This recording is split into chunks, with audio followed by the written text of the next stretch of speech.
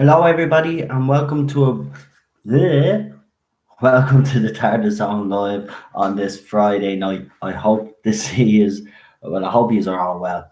Um, so obviously we were supposed to do a different kind of stream tonight, but no show at New York Comic Con for a Doctor Who panel. I am aware that there's rumors going around on Gallifrey base. Um, Even though the panels have been announced, they're trying to basically say in the forums that there's still a chance that something could happen. Uh, I find that quite laughable. Christopher Eccleston as well is going to make an appearance, but I have a theory anyway, um, which I'll talk about in a few minutes. So I will take you as our calls on the no show, obviously. Um, of a Doctor Who panel at New York Comic Con. But also news that Jodie Whittaker has been nominated in a Welsh BAFTA. Now, don't know if anybody has seen a TV show called Extras with Ricky Gervais. He basically takes the piss out of the Welsh BAFTAs in an episode with Ronnie Corbett. It's actually brilliant. If you haven't seen Extras with Ricky Gervais, I think it's Extras. Pretty sure it is. Go and check it out. It's hilarious. Ronnie Corbett gets banned or something from the Welsh BAFTAs. Look, they can keep flogging this series and try its best to try to get it to win awards, but it's look, even if she was to win, which I'm saying she's not, um, I don't think she will. But even if she was to win, it doesn't matter. It's not even an award of any significance. Of course, the other side will claim it is huge and all this, the typical uh, propaganda crap that comes out of their mouth. So I'll be taking user calls on that as well. So we will talk about obviously Christopher Eccleston. He seems to be getting more involved uh, with the fans now. And of course, then the no show at the no Doctor Who panel at New York Comic Con. And we did actually discuss all this, if you remember, when we spoke about the no show at San Diego Comic Con. I actually did say at the time, if you all remember, that if they didn't show up at New York Comic Con, questions would have to be asked. And this is what we're going to do tonight. We're going to basically, I want to find out what you guys all think and what you think is going on. Um, so we'll do that in a couple of minutes, right? But I have a theory, right? So Tolton Cole obviously has been confirmed for the what is it, London Spring Con or some whatever, London Comic Con in the spring or whatever it is. I don't know the proper word. So he's turning up anyway. So I have a theory now. So they haven't turned up at San Diego. They're not going to turn up at New York Comic Con. So I'm just speculating here now. This is just me. What if they're actually, I don't know, not going to say they're trying to win back fans or anything, but what if that's where something will happen with Doctor Who? Maybe they're waiting for London. Now, in saying that, we don't know who would turn up at London because, you know, something went on. Look, the thing is that I was going over Twitter last night, and what seems to be evident is those who thought this was all nonsense are starting to now think that something happened. Right? Now, there's a lot of us out there that have been saying something did happen. And I think it's starting to become evident that something has happened. Because a no show at the two major Comic Cons in America, as far as I'm aware. They're the two biggest ones, and they don't show up. That there has to be so. This look, this is not just a scheduling thing, or them falling behind or whatever, right? They were able to make an appearance last year, right? So I mean, and I keep saying this. You mean to tell me that with the footage that they filmed already, that they couldn't throw a 10-second teaser together, or a 30-second teaser, whatever the case may be? They can't give us anything. They just, I don't know. But I'll take your calls on that as well. Tell me what you think. But I don't know. Maybe it is gearing up to London Comic Con. This is just me speculating, obviously. Um, but it is. This whole situation is fascinating. If anything, and I'm not gonna sit here and bash Chris Chibnall or Jodie Whittaker or anything like that tonight.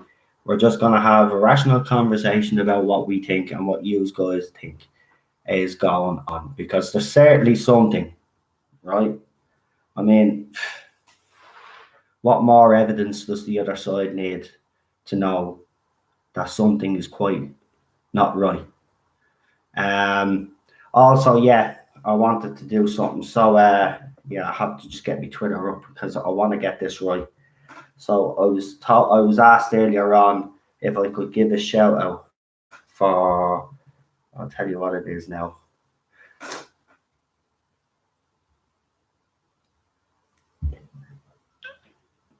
Right. It's Just Giving. It's Save the Children. It's fundraising for Save the Children. It's in memory of Tardis Dix. Um, I don't know. I still don't know how to put the link in the comment section, but if you could do that, Just Giving. It's called Save the Children. It's in memory of Terrence Dix, and when I looked at it last, they had raised 1,948 and 72 pence. I reckon there is, yeah. That it's a worthy cause, and fans should be giving their money to those type of causes. Because they're well worth. What I'll do is actually I'll go into the person that alerted me to it, and I will put the link up on Twitter for you. Just give us a second. I should have done that in the first place. And I'll tweet it on my Twitter page. So if anybody that follows me wants to go onto my Twitter page now in about 2 minutes time, if you could somehow put it into the live comments, I would really appreciate that.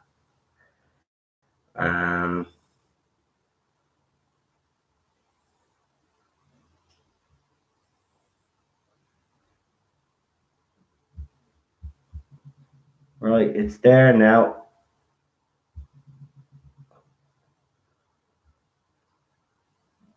They're the kind of causes the fans, should be supporting. And it's for children as well. So yeah, it's a worthy cause.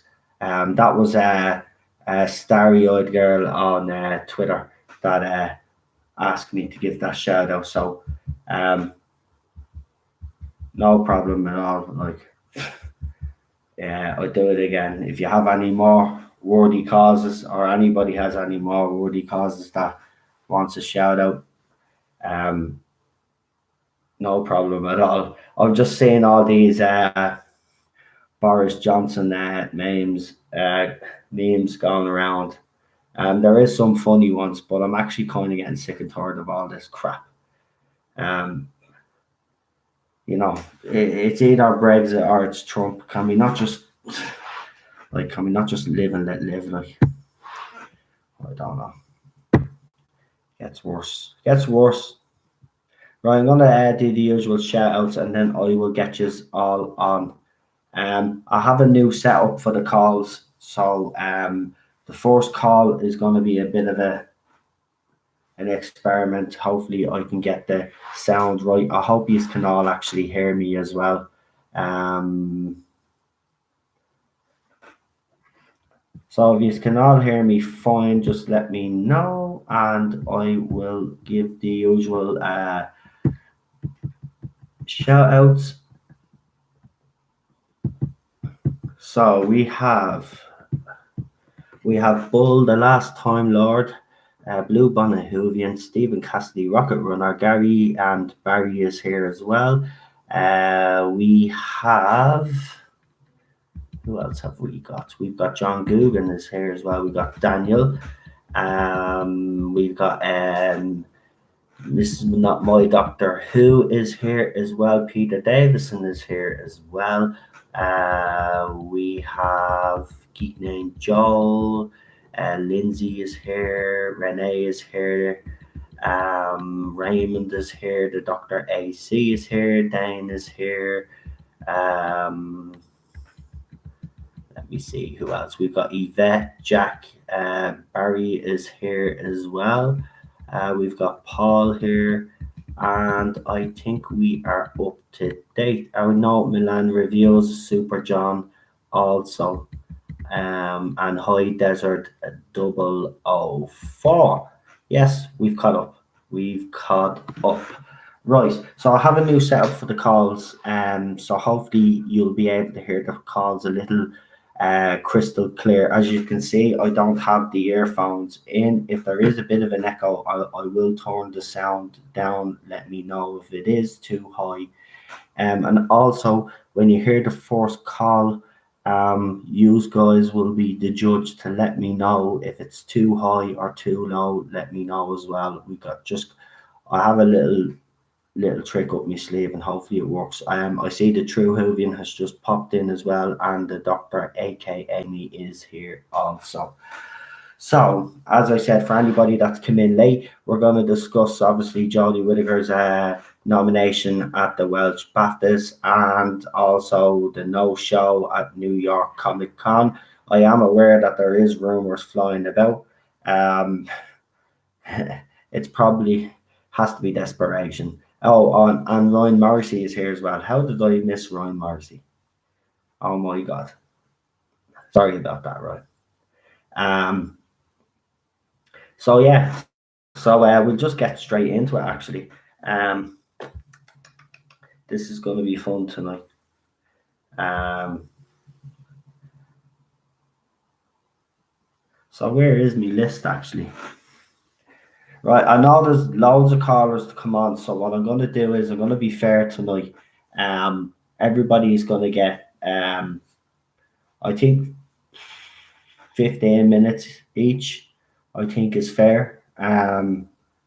Because there's people being texting me, so I know there is 7 or 8 people. Hopefully, if they are all still coming on, we'll have 7 or 8 calls tonight. Hopefully, so yeah, it'll be interesting. I have to find my list. Where is my list? Where do I put my list? Oh man, I always do this. Right, give us a second.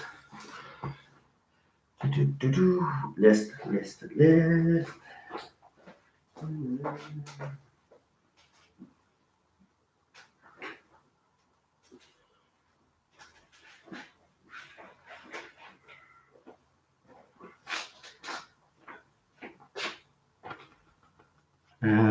Did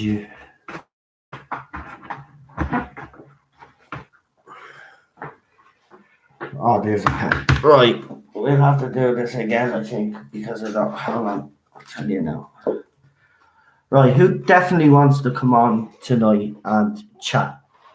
And I'll do it in the order that I get it. So, everybody will get 15 minutes, so don't worry. Everybody will get on tonight. So,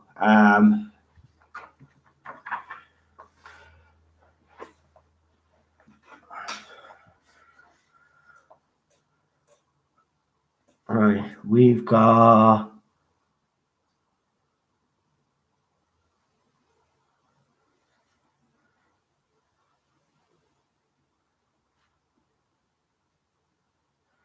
Now, everybody that's asking me that wants to come on, I hope you have a messenger and you have added me on messenger.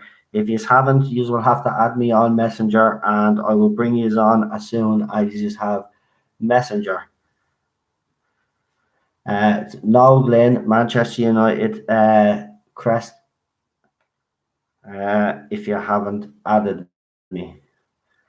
So far, I've got Milan reviews, I've got Daniel, and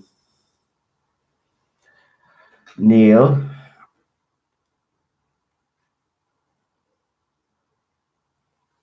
and Dane says he come in as well.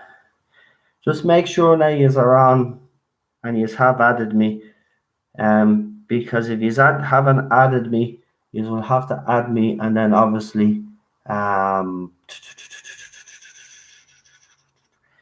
So that's 1, 2, 3, 4. We had 7 originally. Who else said they were coming on tonight? Who wants to come on?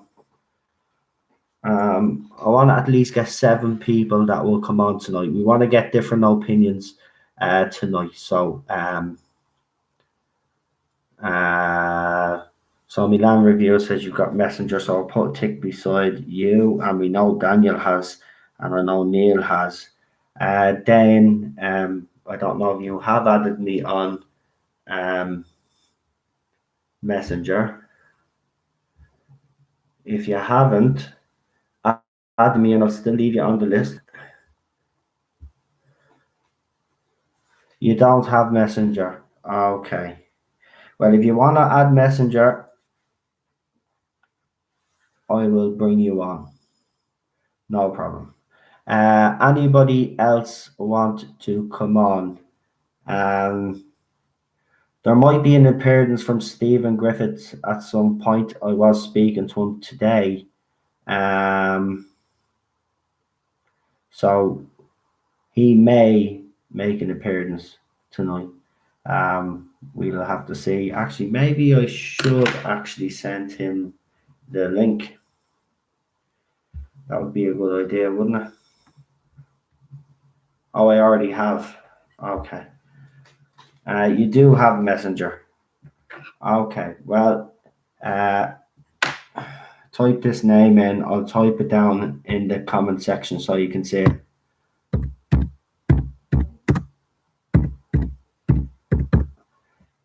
And you're looking for a Manchester United crest. Oh, there we go. We have you. We have you. We have you. Okay.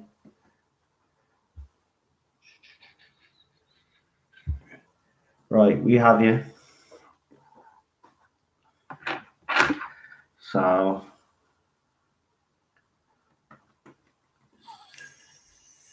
we have Milan reviews. That's grand. So we're just waiting on.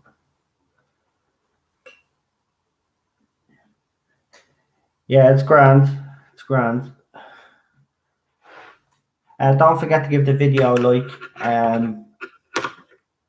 Also, if you haven't subscribed already, which I don't see any new people in the live comments. So, but if you haven't subscribed, please do. Make sure that you hit that notification bell and obviously check and see if you're still notified, because YouTube is messing around lately for some weird reason.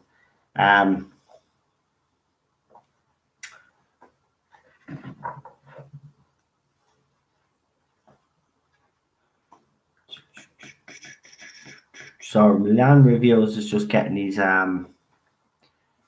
messenger up on his computer.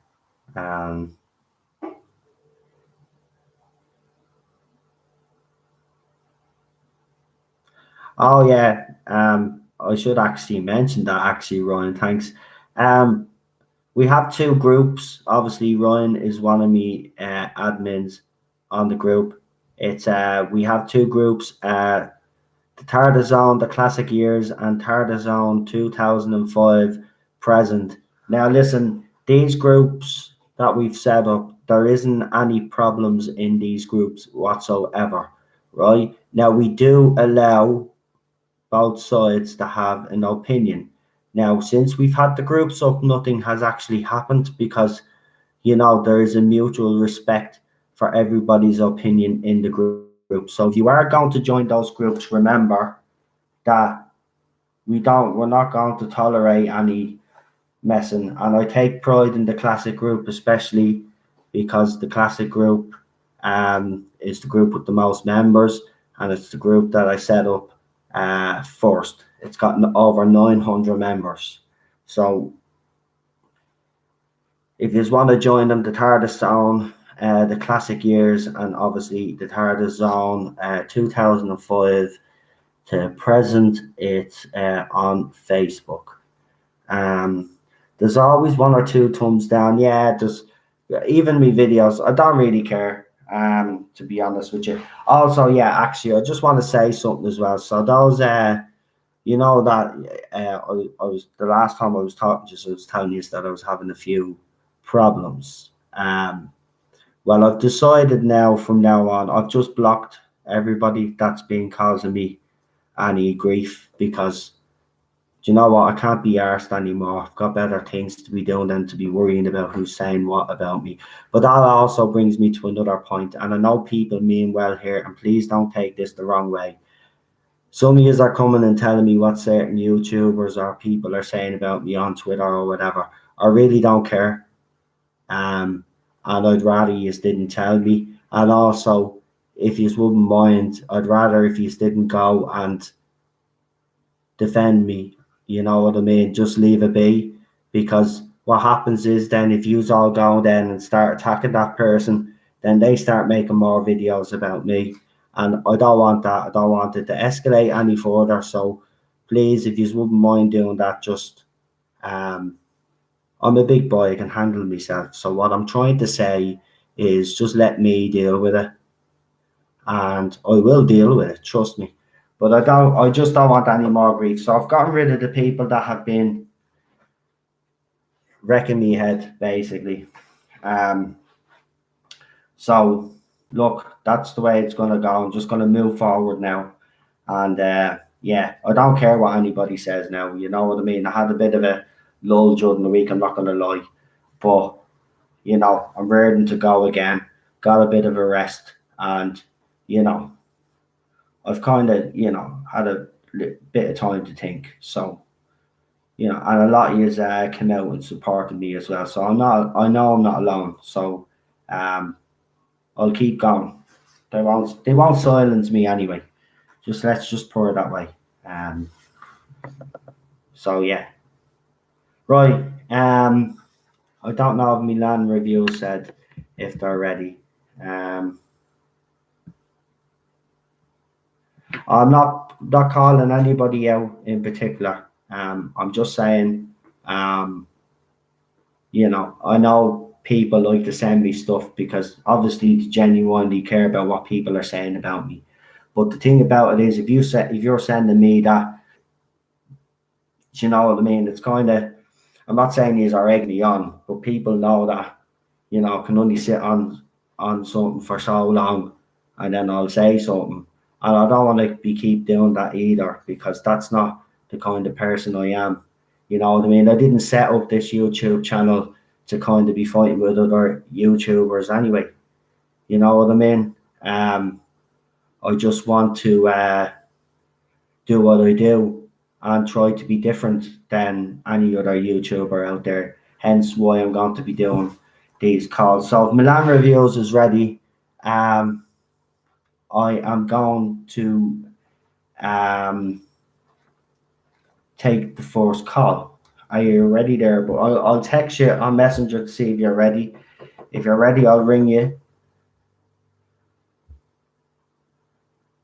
I'll ring you guys because my connection is more secure.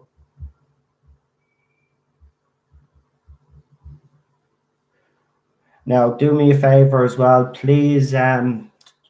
Please try not to use any bad language as well. I'm going to try me best as well to cut that out as well. Cheryl's over with me sisters. She's having a girls' night, so I don't know. She should be, when girls get together. So yeah. Tardis has just said there that he's heading off to Cardiff Comic Con tomorrow. Have a good time, man. Have a good time. I hope you meet some nice people there. And if anybody gives you any hassle, you know what to do, don't you? You're well able to look after yourself anyway. So, but enjoy yourself. Enjoy yourself. Enjoy yourself.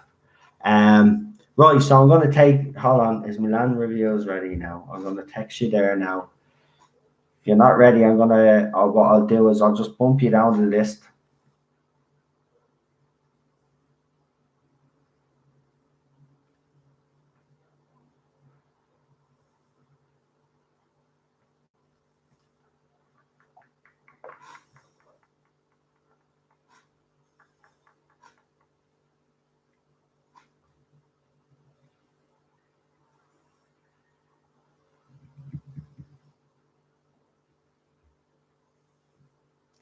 Right, here we go. Now, hopefully I can judge this perfectly.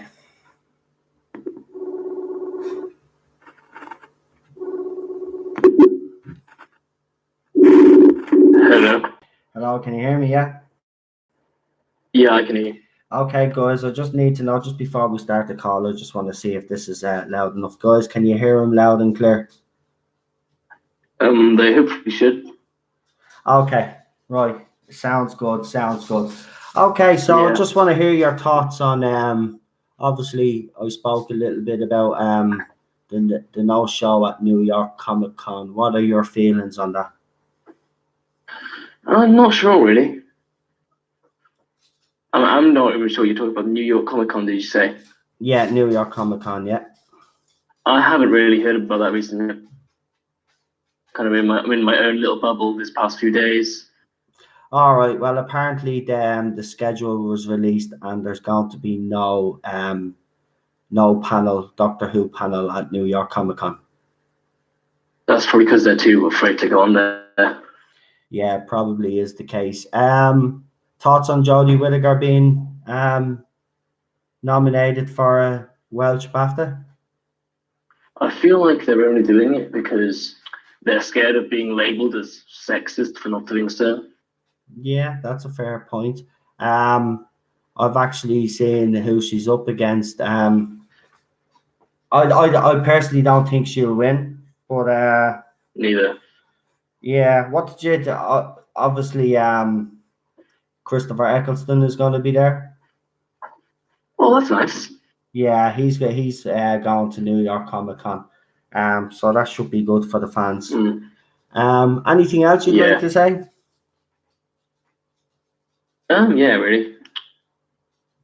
Wales has gone woke, says Tardis. That's more just talking for Tardis there, but yeah. Yeah, he's gone. Well, I suppose you want to know my thoughts on every individual episode for Series 11. Well, if you want to, go ahead. Well, The Woman Who Fell to Earth, it had a good idea. But kind of went wrong somewhere. We had so much useless elements. I wouldn't say in that one the social justice ideology was big. That was more for the next episode then, which was boring, really. I feel like the desert planet really into the mundanity of that episode and how boring it was. Do you get what I mean? Right, go ahead. Sorry, Ted is just there. I feel like, one of the characters, the male race, the guy, I've forgotten his name. I feel like he was more of an embodiment of the so-called toxic masculinity that could be an overreaction. Oh, look, it's Ted. Yeah. Say hello. Oh, Rosa, we all know Rosa really was just a mess. Tried to be all, this is brilliant. Look, but it just fell flat on its face. Yeah. But I never really enjoyed it at all. It's not an issue Doctor Who should really be focusing on. Like, if they're going to do it, at least do it with a different planet. Like, the people from this planet don't have the same rights as people from the other planet. Like, I can understand that, sure. Mm.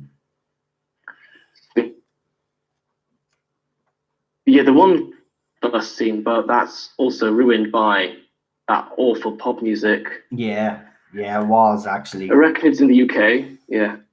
Arachnids in the UK, for starters, title is is a massive over exaggeration. A, they're just spiders, and B, it's just in Sheffield. So, not really Arachnids in the UK. It's really unsubtle ripoff of Trump, which is just cringy now. Like, have your own thoughts on Trump, sure, whatever. Yeah. But it should be in a Doctor Who episode anyway. Cringe. Yeah, exactly. The Shrine Conundrum is just literal definition of filler.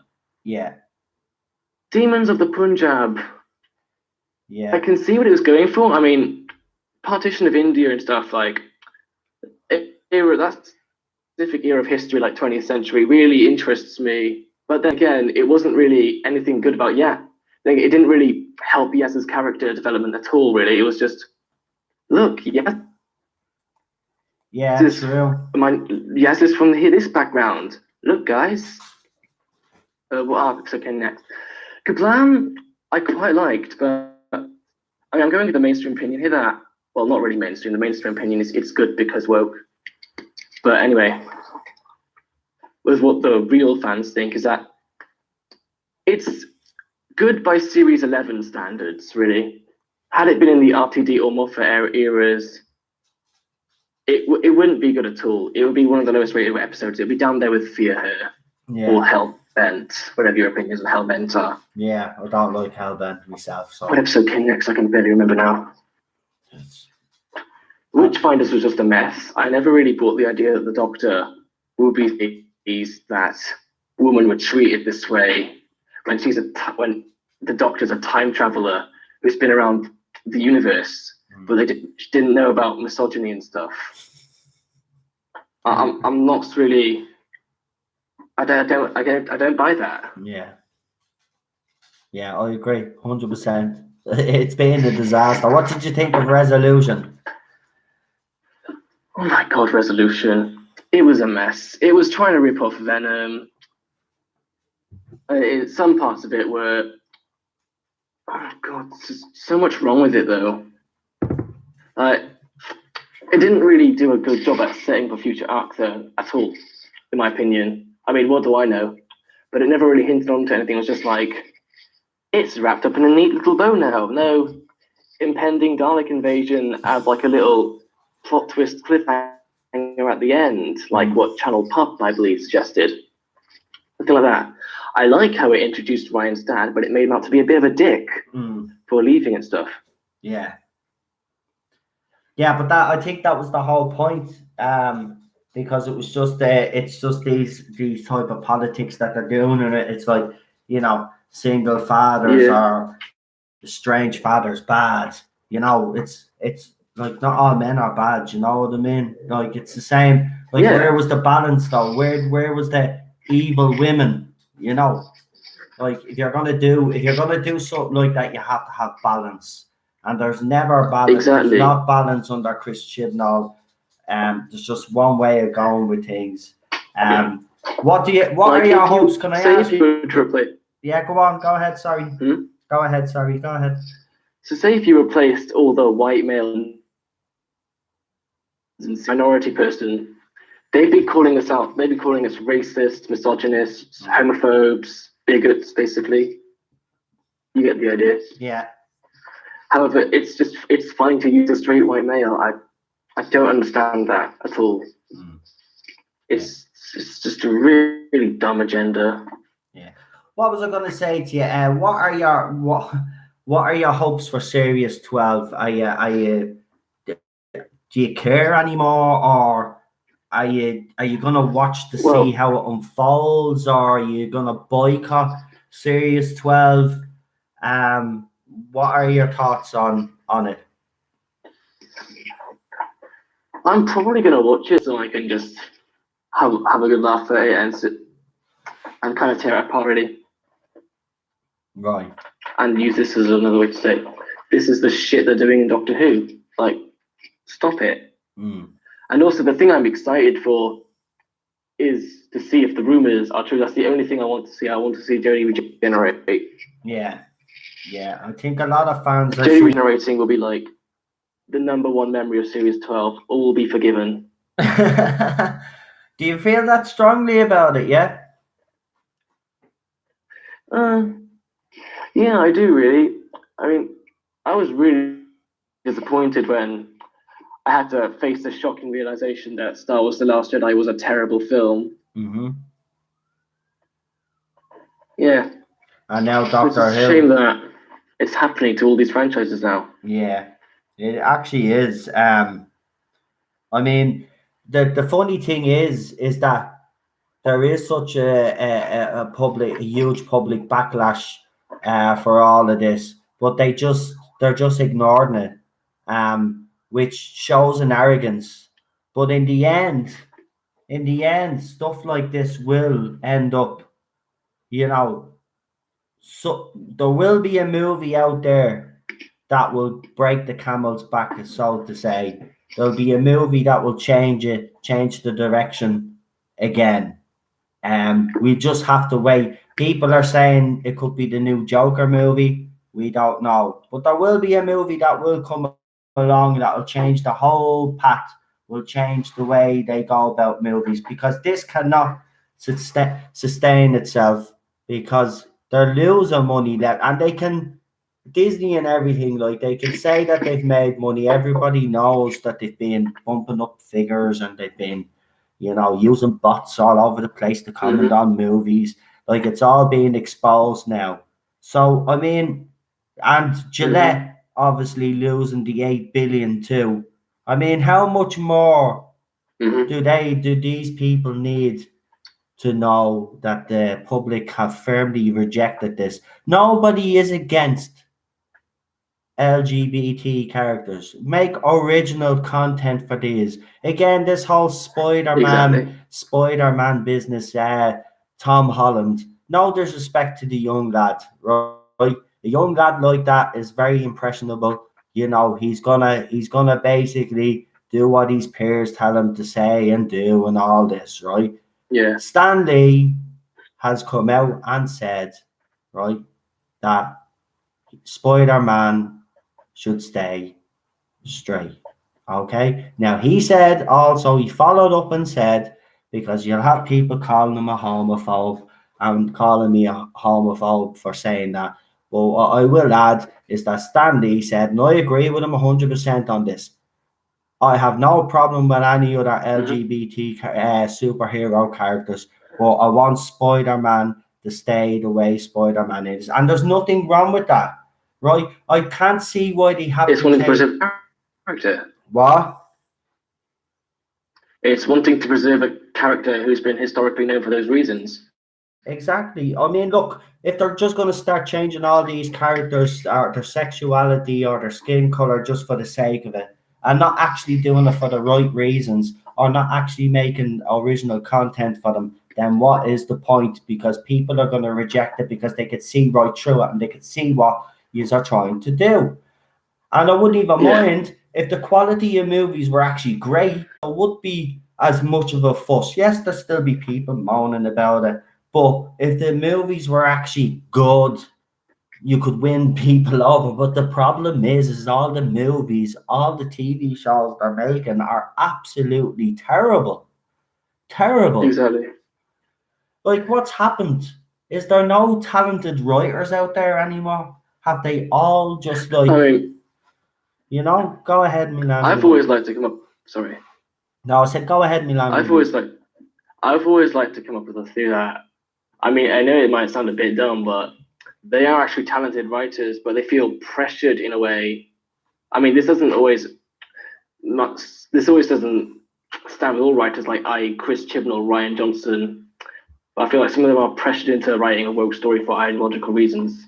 If you get what I mean. Yeah, no, I do. I mean, look, I know it's. I mean, Stephen Moffat actually even in an interview, I think he was kind of having a dig back at BBC. I think when all that nastiness over Peter Capaldi and all, when they came out and they slated him and all the other doctors, and I think Moffat's pride was a little bit hurt. And he came out with an article and he basically said that some of the PC crap that was in his era was shoehorned in by the higher ups. So I mean, look, it happens. It happens. You see what's happening. You see what's happening with the Marvel universe. I mean, this phase 4. Female 4. I know, and here, did you see it as well now? Robert Downey Jr. apparently, Iron Man is going to be part of phase 4. Now, I thought he died.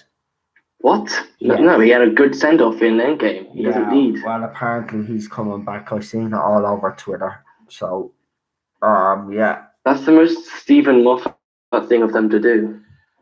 Yeah, Stephen. Oh, the fans are going to lose their shit over that one. I can imagine now. I can imagine already. The big YouTubers, and we all know who I'm talking about. Doomcock, Neurotics, but Geeks and Games, yeah. Geeks and Games. They're going to have a field day with this one. They're going to have a field day with this one. Because I agree, he got the best send off you could have. Why bring him back? Oh man, yeah. Even if it's for a dream sequence, like where's he gonna go from there? Flashback or something, I don't care. Leave him. Why taint him with this phase 4? It's because they've lost Spider-Man now. They're thinking of ways now to kind of make it appeal to people because, you know, let's be honest, Brie Larson, whether they like it or not, is a commercial disaster right now. Yep. I think even Disney have acknowledged this by now. Yeah, they've had to. They've had to. Look, she's not going. Bob Iger wouldn't publicly admit it. Yeah, exactly. They wouldn't. Bob Mr. Krabs Iger. I tell you, I don't like her at all. I don't like her. I don't like the rhetoric that she comes out with either. She should just keep her mouth closed and just make movies. You know, nobody cares about your political beliefs. Do you know what I mean? Or your ideology. Just go and make the bloody movies that you're paid to make. Jesus, I hate that. She's an actress, not a preacher. Yeah, exactly. They've all become propaganda pieces, though. That's the problem. Yeah. That's the problem. The studios are hiring these people not because of their acting ability, but because they have a certain ideology and a certain belief. And that's the way they're going about it now. They're not employing the best people for the job, and hence that's why we've got Jodie Whittaker in Doctor Who. I mean, this ideological brainwashing can't go on forever, really. It's going to end eventually, like all stuff, like all these systems do. Exactly, but this one has gone on a little bit longer than we'd like to all admit. It has. Something has to break it. Something has to break it because, as you said yourself, this cannot go on. Cannot go on. Is there anything else? What will break it? Yeah, true. I'm looking forward to this Joker movie now. If it's not a political bloody movie. I mean, I seen the video footage all over Twitter. After the movie was shown, it got a standing ovation. So, but of course, they're all bleeding celebrities, so you can't judge by them. And what worries me though about this is all of a sudden the critics are praising this movie. Now, the thing about it is all the things that people seem to like. I mean, look at the Dave Chappelle Sticks and Stones show on Netflix, right? The critics have panned that, right? They have absolutely slammed it. They've come out and said he's lost his touch. They've attacked him. They've called him every name under the sun. And then you go into Rotten Tomatoes, right, and the audience score is 99% or something. Like, it is huge. The public have spoke out, right? And it's hilarious. I don't even know where, like, you know what? When someone attacks their beliefs and their ideology, they come after them. I see William Shatner again is being attacked as well by the fans. They're calling him homophobic. I mean, I have loads of respect for William Shatner. Yeah. I'm not even that much of a Star Trek fan. I've only seen like one film. And you know, I think it exists, really. That's what I can say. it's been a while since I last saw it, so I can't really. Yeah. Yeah. Is there Yeah, anything what else was else? I gonna say? Oh yeah. Anything else you'd like to add before we go on to the next caller? Talking about all this actually did remind me of something someone said in one of Thari's live streams. They said, "How long? How long will it be before history will be offensive for not being representative of today's population?" Well, look, if we keep going, I mean, if we keep going in It's. we I mean, keep, it's scary to think how close that is now. yeah, Like 10 years ago, that would be unfeasible.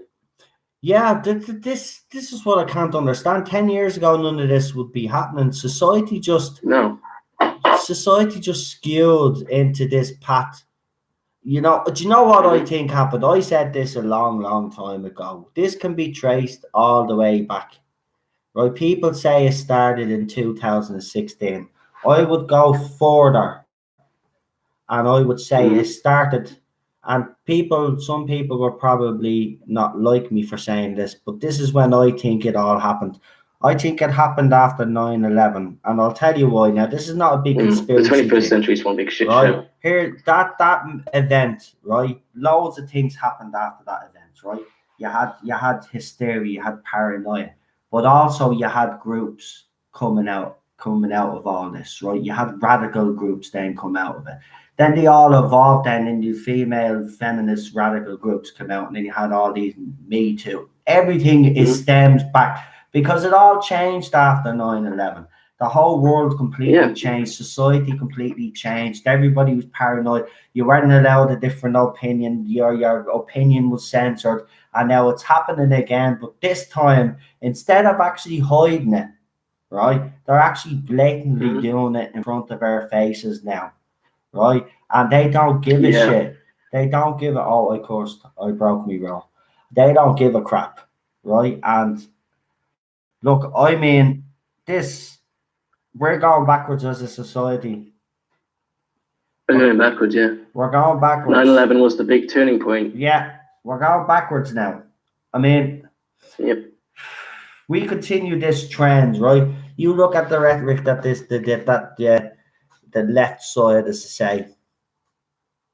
You look at their politics, right? You look at the kind of talk on Twitter. Now, you see behavior on Twitter that you wouldn't see probably on YouTube, but there's a lot of people on the left now being exposed, right? And you know, they have this certain ideology. Even a couple of people from the trans community have been exposed as well. See, we're heading towards dangerous territory. I mean, I've seen professors saying on the left that paedophiles should be rehabilitated and we should welcome them back into society. Holy shit! They should be locked up. Should be locked up. They should be. Do you know what? You let the family decide what happens to that person. But at the end of the day, right? At the end of the day, this is the kind of thinking that these idiots want, right? And I'm gone. You even see some of them come out saying that we should be allowed to have relationships with children and stuff. That is just ridiculous. And I've seen this seriously. I've put stuff up on my Twitter, stuff that people have said, unbelievable stuff, right? I've even showed these videos on this channel, and all this crap. This is the kind of world we're living in right now, and you know, something has to give because this cannot continue. We continue down this dangerous path. You think it's bad with entertainment, right? Society will just, and society is on breaking point right now. Go ahead, Milan Reviews. Come on. I mean, this is like the beginning of the end, really, the beginning of a dystopia or something.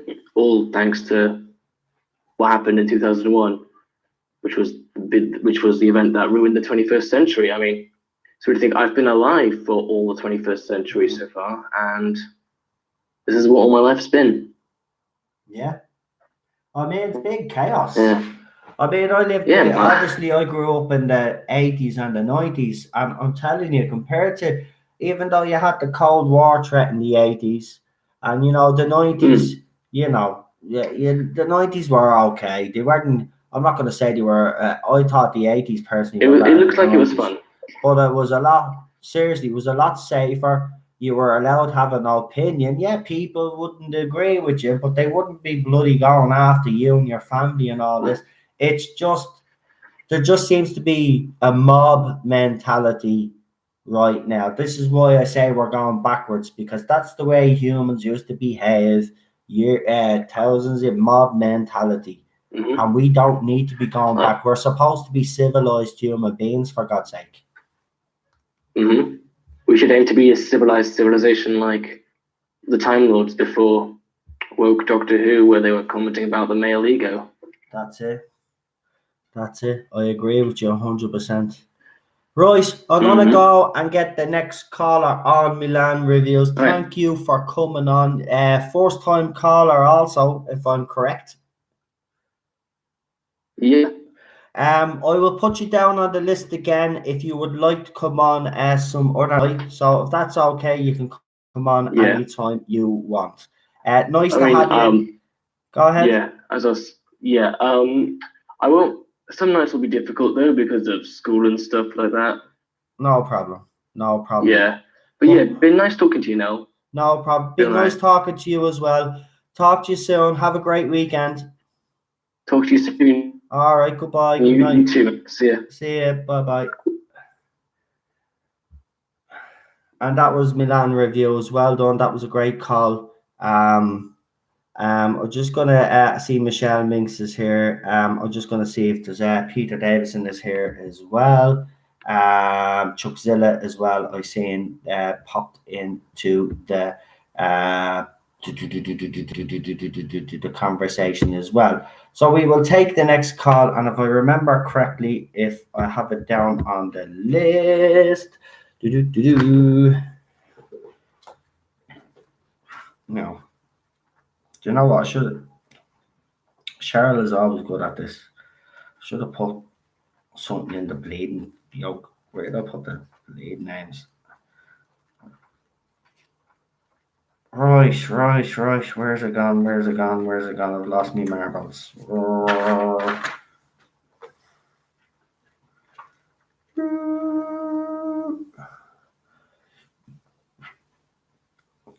Actually, that was a great first call. Well done. As obviously, the more you come on, the more relaxed you'll get. But I know it's a big deal, so well done. Where did I put the bloody names?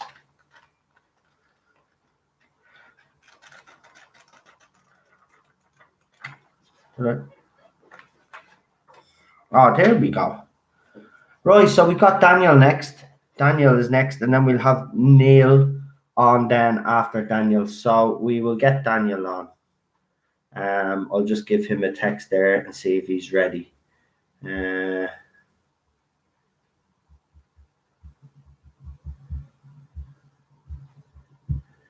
Now, just give us a second there for. Where was it?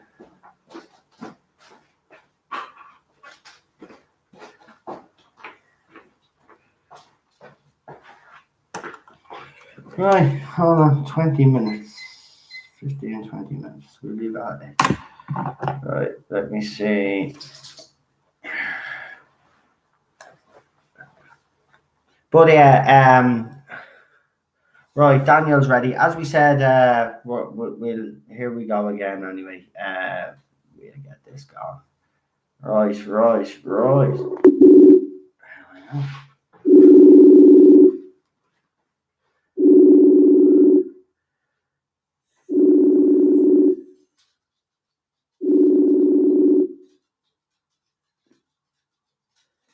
Hello, Daniel. Welcome to the Tardis Zone Live. How are you?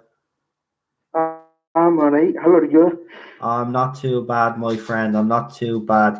Okay, we'll just get straight into it. So, Jodie Whittaker being nominated for a Welsh BAFTA. Have you any thoughts on that? Identity politics strikes again. Yeah, propaganda, of course. What was I going to say? I mean, it's I don't know how long the Welsh BAFTAs are going, but as I was saying earlier on, I don't know if you've seen a TV show called Extras. Ricky Gervais and I've um I've I, I've I've actually heard of it, but I've not actually seen it. But I know that he is he is quite vocal against this social justice crap. yeah. Christopher Eccleston turned up at New York Comic Con. That's a bit exciting news for Doctor Who fans, isn't it? Yeah, to be honest with you, know, uh, I'm happy. I'm happy for the guy now. I was originally harsh on the Yeah. guy when he actually left, but now all this stuff, but now all this stuff that's come out about Eccleston's the Archer, Mm. I kind of see he's a sure with the BBC and stuff like that, though. So I kind of sympathise. Yeah, I have to agree with you. The stuff that's actually that he has come out with is very revealing. Actually, what I forgot to actually ask Milan reviews, and if you want to actually tell me how you feel about it in the comments, I'm sorry I forgot to actually ask it, but I'll ask you, Daniel. The Dr. Falls being nominated at the Welsh BAFTAs, though, 2 years after it aired. Kind of a strange decision, don't you think? Yeah, but also as well, yeah, I do think that that's a really strange one. But also, I think that Heaven Sent should have got an award to those as well, because Capaldi's acting and that is sensational. Yeah, I agree with you. I agree with you. It just is a rather strange one, though, that 2 years after, but Yeah, maybe yeah, I don't know. Maybe they just needed to fill something. Maybe the Doctor Who production team hadn't got a good enough episode yeah. to throw in there. Maybe. But the big news. The no Doctor Who panel at New York Comic Con. So we had a no show at San Diego, as you know, because we spoke about that on this channel, Yeah. if you remember. And I did say at the time, if they didn't show up at New York Comic Con, questions would have to be asked. So, firstly, I will ask you, how do you feel that they haven't turned up? And what do you think that actually means? Do you think something actually Uh, happened? I can't say I'm too surprised with it based on the information that you said about issues with if the episode's not coming together for the series because they're going back to shoot stuff for the upcoming series, Mm, and the and like I do think all this stuff at Cardiff actually happened to the because that's two Comic Cons in a row yeah, since since all that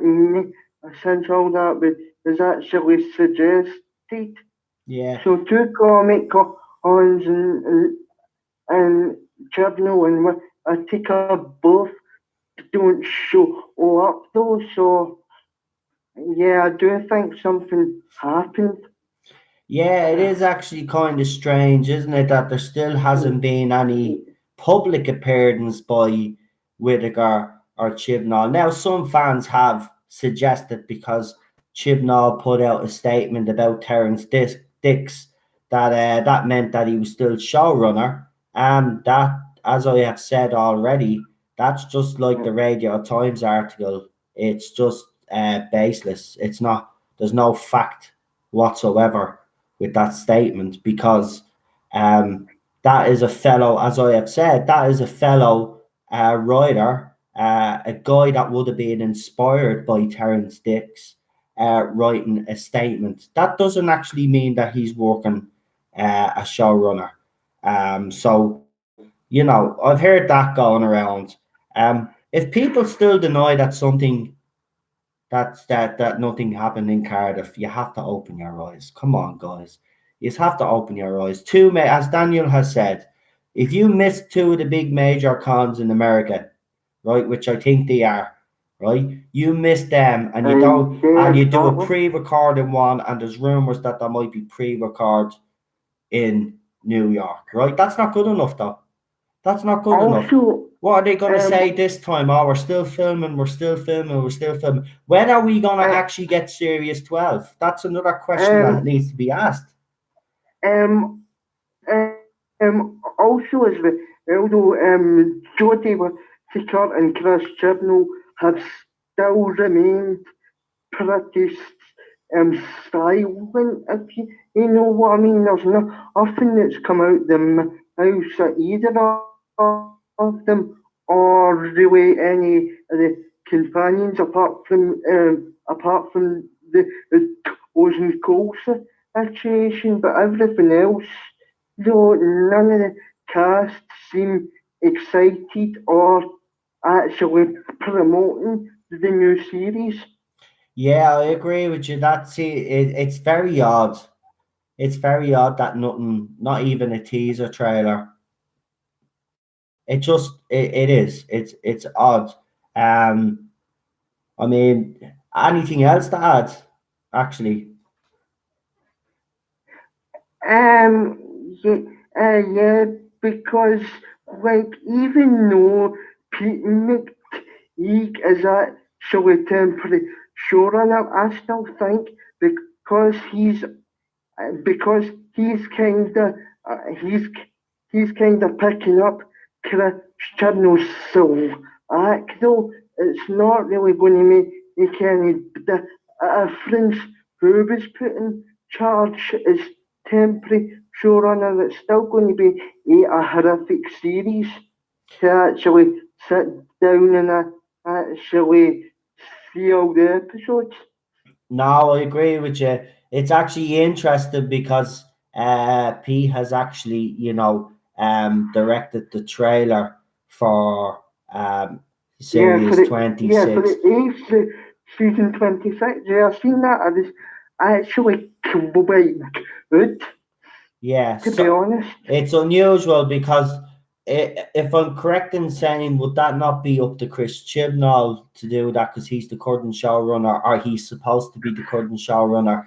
So why is it being left to Yeah. his number two? Apparently, Also, um, um, isn't that right? also as also as although I've seen you post your own idea about an spin off now. Like the BBC should actually attempt to do something like that to get fans excited. So, because we need some excitement. It can't just all be doom and gloom. No, give us some excitement for a change. No, I agree with you. I actually put up a poll on my Twitter account, actually. So if you want to go in, I have actually asked the question: would people like to see an Ace spin-off? So far the poll is in favour of an Ace spin-off. If you haven't voted, go on to my Twitter account, Noel, the Tardis zone, and the poll is there. Yeah, I mean it's going to be an interesting few weeks because I know there's rumors going. I seen it in the comments before I came on live. Actually, in the live comments here, apparently there's rumors going around on Gallifrey base that even though the panels have been announced, there could be still an announcement. Like, come on. Although, although I don't trust that, I don't trust Gallifrey base as far as I can for the work, basically, because it's a propaganda piece. You know, if Yeah, you think about it. yeah, a lot of people have been giving out about it. All right. It's yeah, I've heard some stories about it. Is there anything else, Daniel, you'd like to add before I bring on the next caller, mate? Yeah, just no matter what your opinion is, just be kind to each other, because sick of all this. I'm sick of all this fighting and the anthem. It's got to stop, to be honest with you. I don't care what your opinion is, just try and be respectful of others, because I'm getting sick of the fighting and the anthem now, to be honest with you. No, I agree with you. That is that never. Do you know what, Daniel? Fair play to you. You've hit well said. Um, I mean, look, I even said it. I even said it myself. You know, there comes a time where that it's up to us as a fandom to kind of we're responsible for, so we have to start acting in a responsible and respectful way to each other. Um, I agree with you Yeah. 100%. And well, thank you for that. Thank you for leaving on that such a positive note. But you are right. Um, we are Hoovians. We're supposed to respect each other. We all have different opinions. And well Yeah. said, Daniel. Daniel, as usual, you're more than welcome to come on here anytime you want. And thank you Oh, for your thanks call. very much for having me on. No I'm problem. enjoying it. No problem. You can come on again anytime, Daniel. You're more than welcome to come on, okay? Yeah. All right, Daniel. Thanks a lot. See you soon, mate. Have a great weekend. Is Celtic playing, I'll, actually? I forgot to ask you. Is Celtic playing this weekend? uh, that's international break, unfortunately. Oh, yeah, I forgot. So, Yeah, because Ireland was on last night. Yeah, we drew 1-1 with Switzerland. Yeah, I forgot. We've got yeah, one more game. I keep forgetting. Yeah, so it's next weekend. Yeah.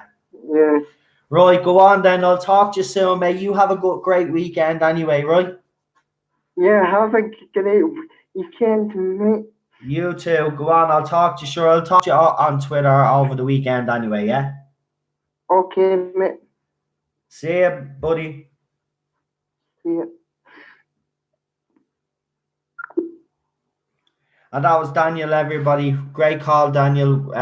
Thanks for coming on. You made some great points there, but I think the end statement there from Daniel is actually spot on. And we should really all take that advice, actually, including myself. And I know I have went after people, but the only time I go after people is when they do go after me. But Daniel is right. I have to stop doing that as well because it doesn't help.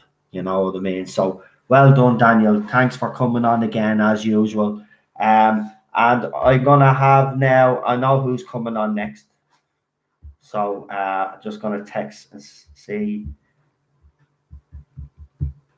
This is great. We've got so many calls. Actually, before I do take the next call, real quickly, right? So we've had Milan reviews on, we've had Daniel. So Neil is next. I'll get Neil on now in a second, right? Is there anybody else that would like to come on tonight?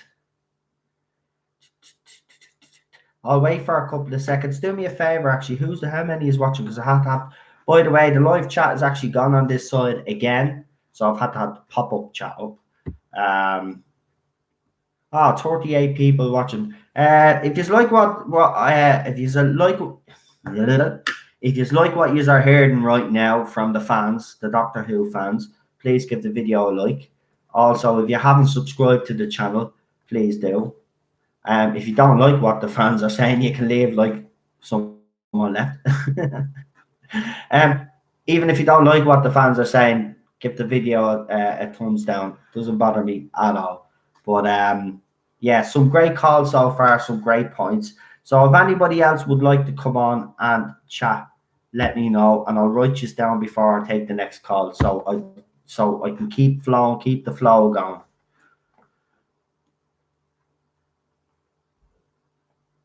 Right, let's see. The pop-up chat. And while we're here as well, we'll see if any new people have popped into the chat. Because as you know yourself, I like to give the old shout outs there.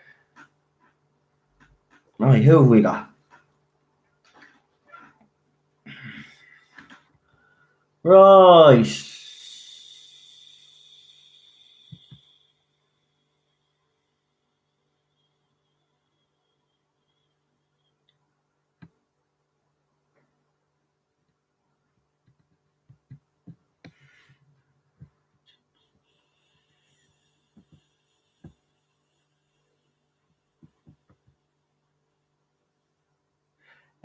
See, Chuckzilla is here as well. Who else has popped in? Let me see. No, what about my group? The adventure in time and space history. Yeah, we normally don't do shout outs on the live chat. It's if you come onto the call, we normally do, but I will, Michelle, because I do love your group. An adventure in time and space history is on Facebook. Please go and give the group an follow, please. It's a good group, and you will enjoy it. I see Unknown 289 is here already. I don't really care about the dislikes on my video, to be quite honest with you. We'll just carry on. But right, what one final shout out to ask if anybody wants to come on tonight, because we've got one more caller left, and I mean we're not even halfway through, so don't be shy, guys. Don't be shy. We got Chuckzilla. Okay, try to put Chuckzilla down as well. Grand, nice. Nice. Great. So Chuckzilla.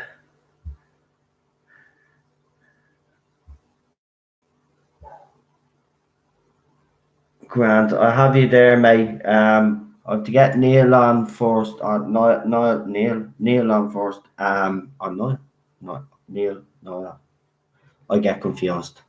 So as I said, last shout out for anybody who wants to come on. Does anybody want to come on? Come on, guys. This is your show. Your show. This only works if you come on. We've got two more calls to go. Bad Wolf 66. You haven't been on in a while. If you'd like to come on, I could put you down on the list. We've got two more callers to go, and then I could put you down on the list. Michelle, it's okay. You don't have to come on yet. Don't forget Dane as well asked me to come on after me. I thought Dane said good night. That's why I actually okay, if Dane is still here, that's okay. I'll put Dane on after you. I thought Dane said he was gone. I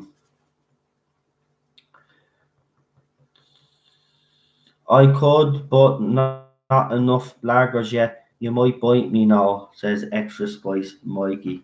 Oh, welcome aboard. I haven't seen you. I've actually seen you in a while, haven't I? Actually. I could call, but I don't like Jody. Well, we don't have to talk about Jody, Paul. You can talk about the fact that there's no Doctor Who panel at New York Comic Con. We could get your thoughts on that. So if you'd like to come on and discuss that, let me know.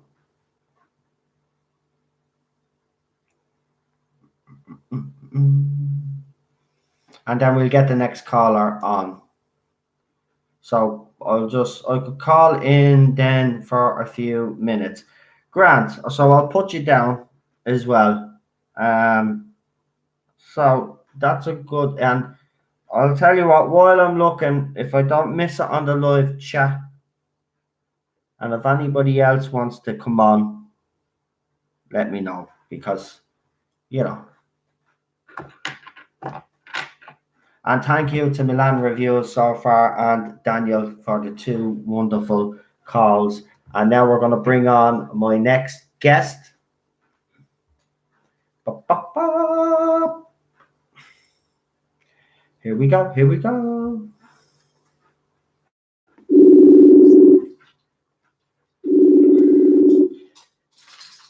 Hello. Hello. How are you?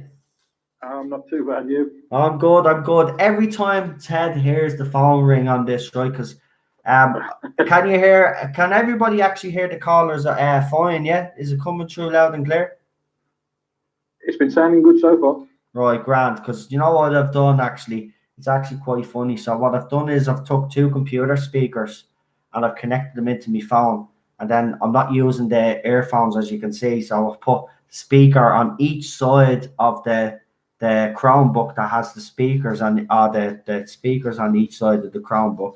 So the sound goes into both sides. So yeah, that's my little hookup for tonight. It definitely sounds okay tonight. Right, grand. Obviously, with the one around your neck, it tends to, when you're moving around, you get quieter and louder, don't you? So good. At least it's steady now. Right, we might as well just get straight into it. okay, mate. Right, what do you think of this business, New York Comic Con business? Right. Well, like everybody else has already said, and you've pointed out quite rightly, it's very, very unusual, isn't it? Yeah. I mean, you've got. I mean, they must be. If they were still, let's put it this way, if they were still contracted and working at the BBC, surely that contract tells them they've got to do publicity. So, and the biggest part of the publicity for something like Doctor Who is the conventions and things like that. And we know that all the other actors who played the role of being to conventions, either even during filming, some of them jump on a plane and go to a convention during filming sometimes. So it really does sound a bit odd that they have missed the San Diego one. There's not a panel at the New York one. Obviously, we don't know anything from that point on, but something is not right, is it? No, I mean it's so blatantly obvious now that something has gone wrong. And I mean, how long? This is the thing. I mean, how long is BBC going to stay silent? I mean, how long is Jodie Whittaker or Chris Chibnall going to stay silent? Because if people think that, as I said, a statement about Terrence Dicks breaking his silence for that is somehow telling the fans that him and Jodie Whittaker are still in the show, it's actually complete nonsense. You can't make that. And I've seen that actually happen. I've actually seen people say that. That's absolutely nonsense. You can't. How can you? How have you come to that logic? Like I really don't get it. He says something about someone else, and then they say, "Oh, but he's still showrunner. That means he's still showrunner, and Jodie Whittaker's still the Doctor." We haven't seen Jodie Whittaker. Let's not forget as well. One of the I don't know unless I've missed it, but as the current actor or actress in the role of Doctor Who, why haven't we seen a message from her regarding Terrence Dicks? Because it's a big, it's a big thing that's happened in the fandom. Terrence Dicks is so well known that you would have thought that the current actor playing the Doctor would have something to say. Yeah, I never actually thought of that. I don't know if that actually happens with other. Has that happened with other doctors in the past, though? I mean, well, I don't. That's why I said I don't know. But yeah. I mean, as somebody as maybe not in terms of, I don't want this to sound horrible. Not in terms of sort of less important people, but somebody like Terrence Dicks. I mean, he's not only was very prominent in the classic series, but he has been on, I think, virtually every DVD extras that I've seen, and he's been included in all the Blu-ray release extras as well, and all this sort of stuff. So he's so prominent in the fandom that you would have thought that anybody to do with Doctor Who would be saying something. I mean, I've not seen it again. I don't, whether I've missed it or not, I don't know. But I've not seen anything from somebody like Mark Gatiss, who I would have thought had said something. I could be wrong there. No, he did. He did. He came out and said something. Neil Gaiman came out and said something. Stephen Moffat came out and said something, I think, as well. And you're right about Jodie Whittaker, but again, does Jodie Whittaker? I don't even know if Jodie Whittaker has any official online accounts. I'm not sure. I know all the other doctors had some. Obviously, they weren't officially running them, but they had some, and they interacted with the fans. I don't know. I do. Who said it in the comments there? Extra Spice Mikey, actually, and it is a good point, because he was saying you made a good point. This is what pisses me off: the disconnection from Jodie and Chibnall with the fandom. Yeah, exactly. It is actually there is a divide. You know, and even with the fans that they're supposed to have the support of, there's no connection with them either. And, you know, earlier on I was saying, you know, as I said, I don't know if anybody has went onto my Twitter, but I put up, it's in memory of Terrence Dix. It's a Save the Children charity that apparently he was connected I shared the link earlier on in the comments. Grand. Just after you said it. Yeah, that fans should be sharing to that. And just in case, I'll just share it again so somebody can see. Please do. Please do, if you can. I know money is tight these days, but if you can give to that charity, I would truly appreciate it. I really appreciate it, I should say, because it's for the children. And, you know, as they say, who used to say it? What was it? Whitney Houston, is it? The children are our future, and wherever that's that was one. Yeah, it was one of those songs, I think. Yeah. I don't know now. Forget the song. What was? Oh, the greatest love of all. There you go. I'm showing me bleeding age now. Feck's sake. But great song though. But no, it is for the future of our children. So yeah. I have to just say, I totally agree with Daniel about this fandom has got to stop fighting, basically. Although I also agree with what we've said before, that the fights don't tend to start from our side, but it's just getting so toxic that it's unbelievable, and it needs to stop. I find it hard to believe from a certain section that it will, because that's all they've got to throw at you, but it does need to stop. Yeah, here's the problem, right? This is the way I look at them.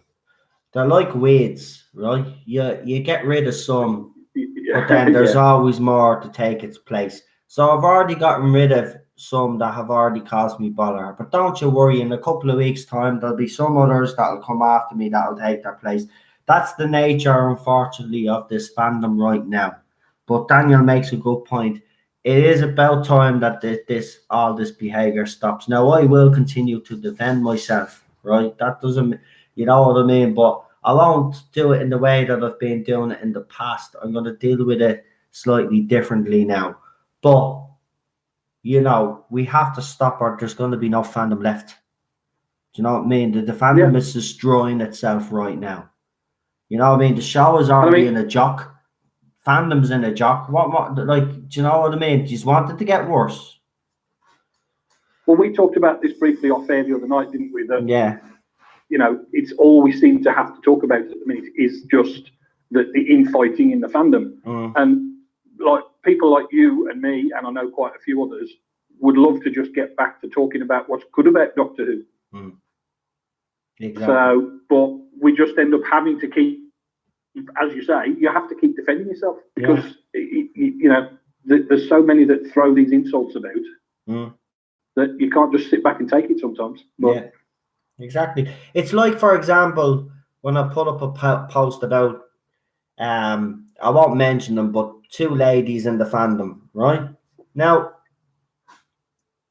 I put up and I said it was kind of cheeky, you know, to be asking fans for donation. But then I quickly soon realised that because I had did a video that they didn't like, well, maybe not them personally, but their supporters didn't like, I was getting a lot of heat for it. Now, you see, here's the thing, and I'm going to say it again. They're in a very privileged position. Most of us as fans would love to be in their position, right? Mhm. To actually ask for money, and I don't care if a certain percentage of it goes to charity, right? I've had people actually say to me then, with your YouTube channel is making money. No, it's not. I'd like to actually clear that up. I do not, number one, have enough subscribers to make money. And second of all, YouTube is completely different than actually asking the fans to put money in a PayPal account, right? On YouTube, fans can donate if they want to donate. Nobody is asking them to. That's the difference. So people have been thrown that at me, and my channel isn't monetized either, by the way. So I No. mean, I'm not making money off this. I set this up because I'm a fan of the show. Those ladies say they're fans of the show, and I'm not saying that they don't pay certain stuff out of their own money. But to be going and asking fans for money, well, then that's fine. But as I said in the video, and I will stand by this, if they're going to be receiving fan donations, right, and a certain amount of it goes to charity, and then whatever they have, then, well, then they must provide a breakdown of what they're going to use that money for, because they're taking it off fellow fans. They are fans that are in a privileged position. Won't mention them. You all who we're talking about. Don't even mention them in the comments, but you know who I'm talking about. And I think it's kind of ill-timed as well, because Terrence Dix only passed away and they're asking the fandom for money, and then you see that there's this thing going around for the Save the Children thing. Now, I don't know if they've actually connected that whole thing to that.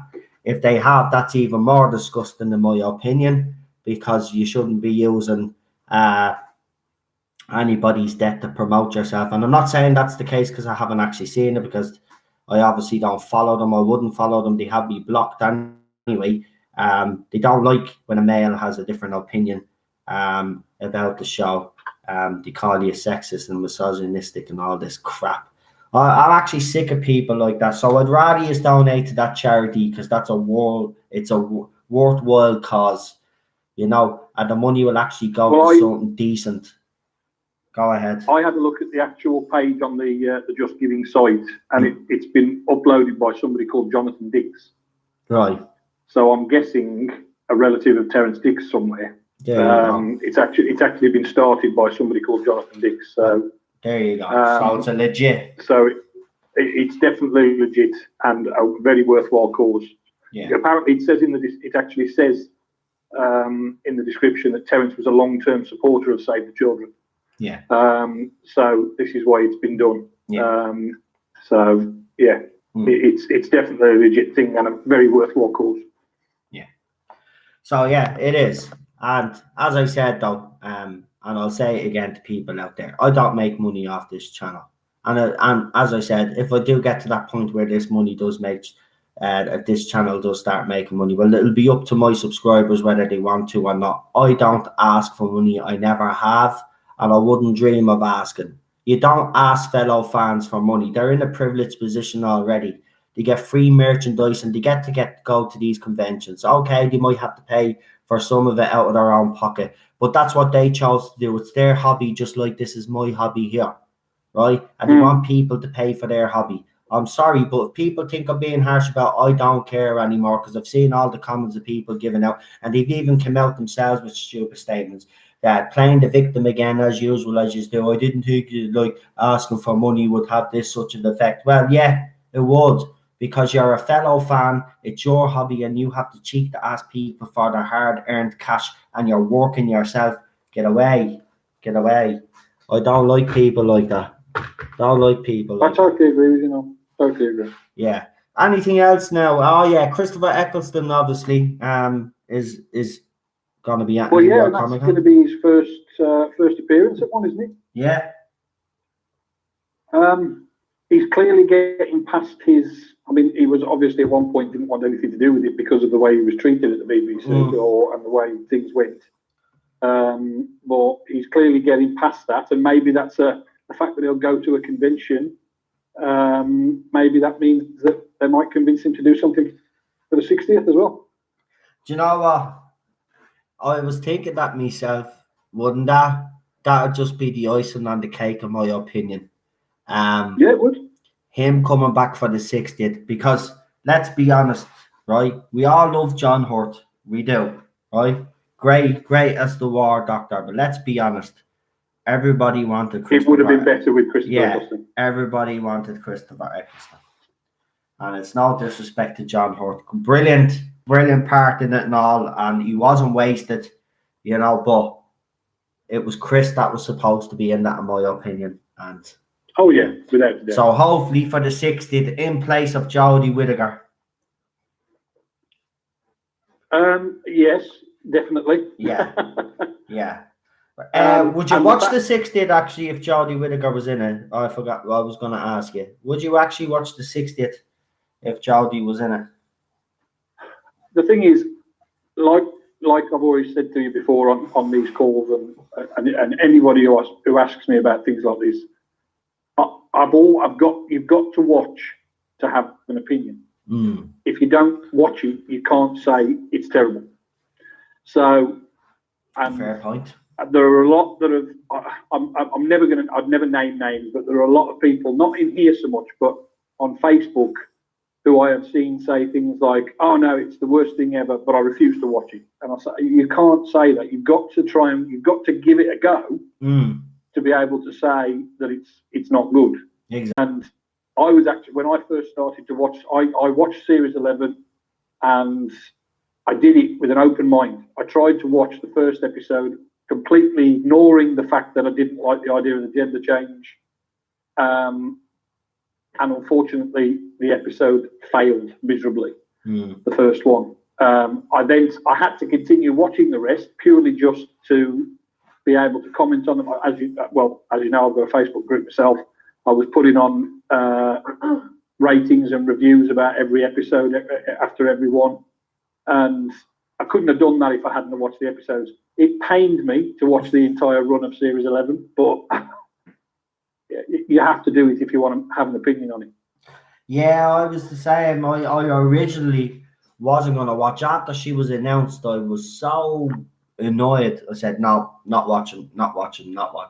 And it was literally only, I think, a couple of weeks before it was actually going to air. I think it was when that leaked trailer came out. And I was like, okay, I have to give it a go. And I did. And you know what? It's pretty... Yeah, what's the word? I don't want to say anything bad because I don't want to get into trouble.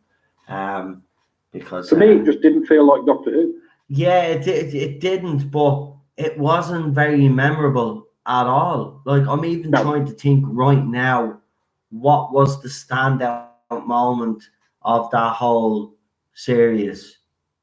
And I don't even have a standout moment.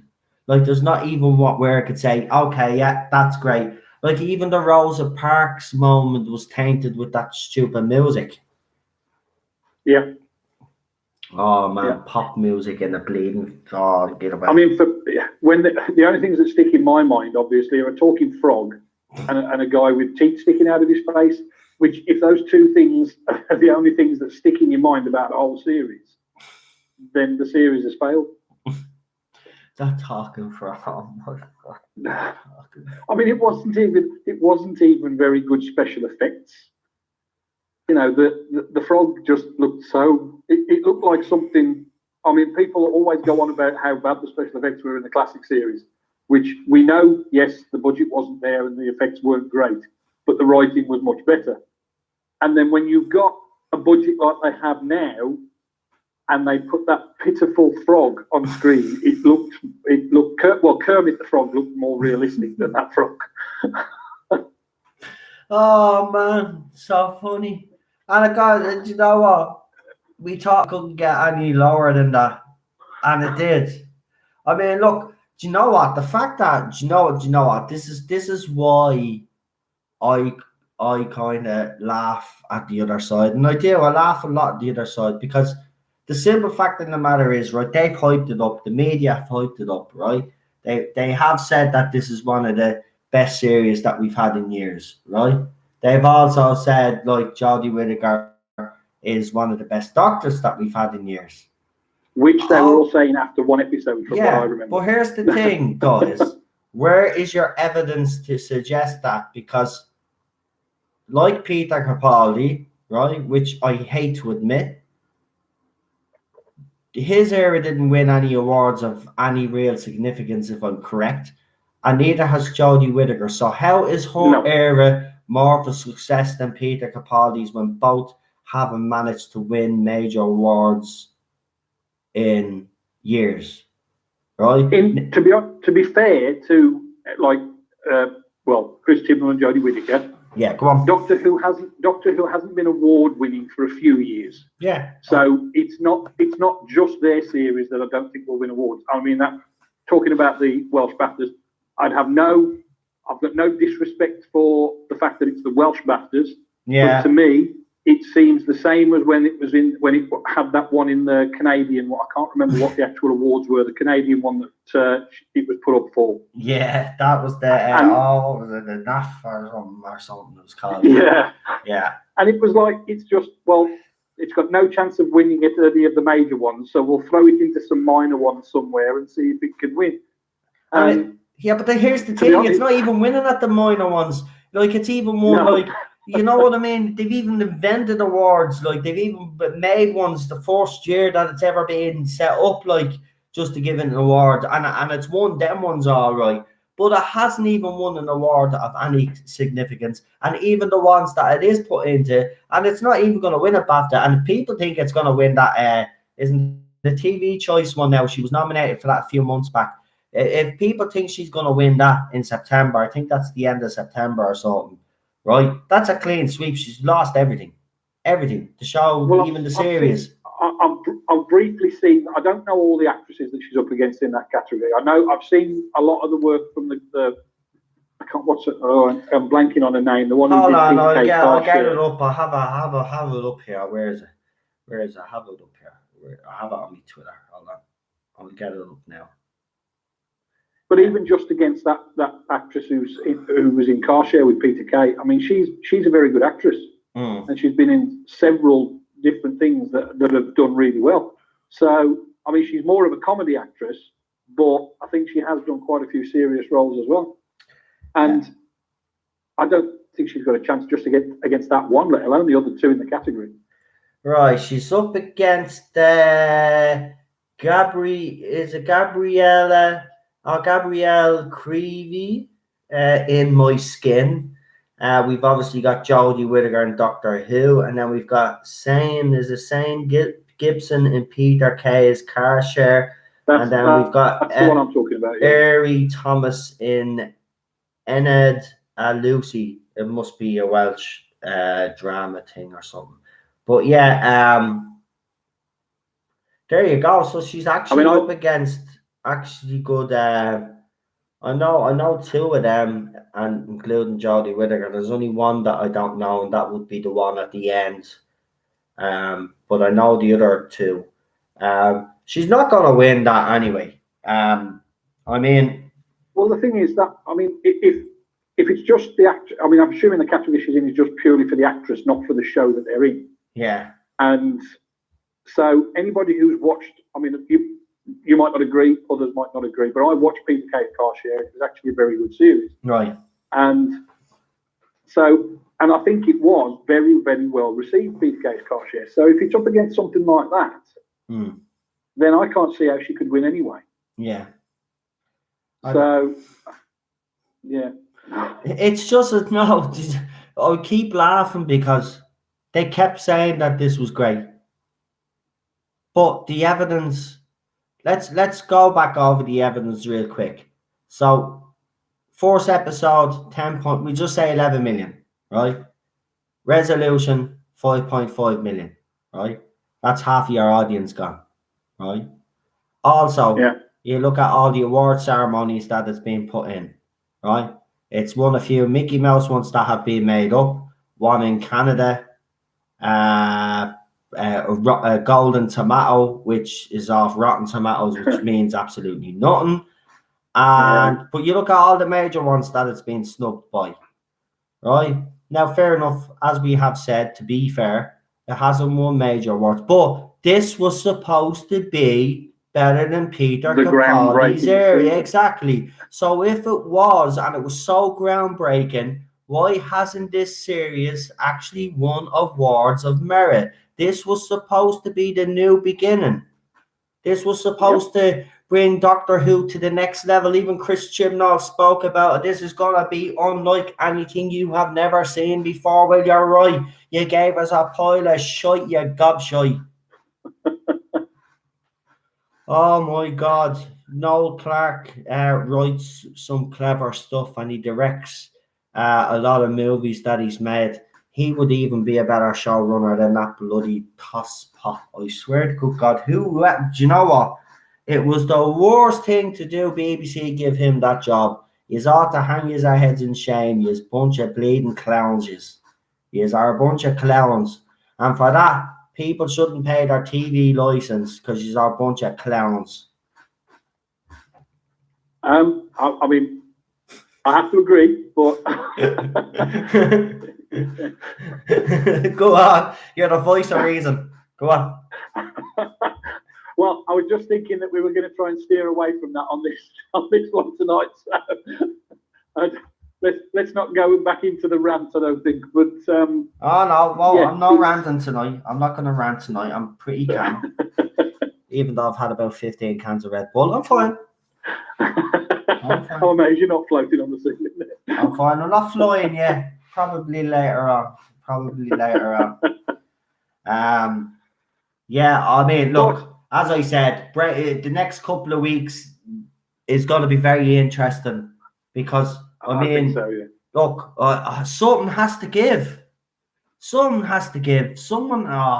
this, I mean, even the Toast Cold video, even going back to that video, I mean, it was an 18-second video, but that 18-second video is the most telling out of this whole thing. It doesn't matter what people have been saying, including myself. That 18-second video should have had you all convinced that something happened. Because nobody would just in their right mind would just go and ask them that particular question and then recording at that particular time. And if people do actually think that it's just coincidence, I'm sorry, but yous are absolutely stupid. I'm sorry, but yous are. And I'm going to say it out straight. Yous are stupid. There's no way. That does not make sense. Are people really that gullible? Seriously, are you really that gullible? Man, back in the day, do you know what? People were smart back then. Right? People now, I don't think you even know where you are bleeding 2 feet are. Seriously, do you even have brains? Is it just sawdust between your heads? And I'm sorry, but it's the truth. You need to wake up to the situation. Nobody would ask Toast and Cole that question.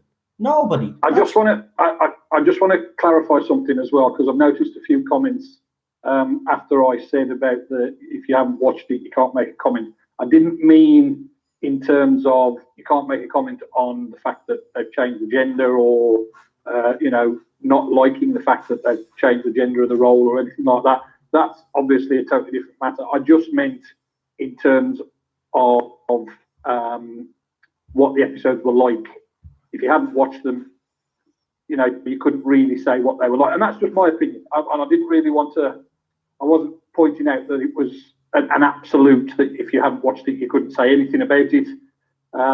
So I didn't mean to upset anybody, because I saw a few of the comments there, and I think they were a bit miffed that they thought I said something like that. But I didn't mean it that way. I just meant that to sort of rate the episodes, really, you needed to watch them, that's all. Well, I'd have to follow up and say that, I mean, if you don't even watch the first episode, I would have to say, I'd actually even go further. I don't think you could make a comment unless you even at least watch the first episode, or even try as watch as much as you can. And if it doesn't do it for you, it doesn't do it for you. But I kind of do agree though with that point, and I have seen it. I mean, if you're gonna criticize it and you haven't watched it, but you hear everybody else criticizing it and you're just copying what they say, just if you don't like her as an actress, go after that. If you don't like his writing, fair enough. But how would you know how bad his writing is? Fair enough, you do hear from YouTubers like me, but at the same time, you will only know yourself until you actually watch.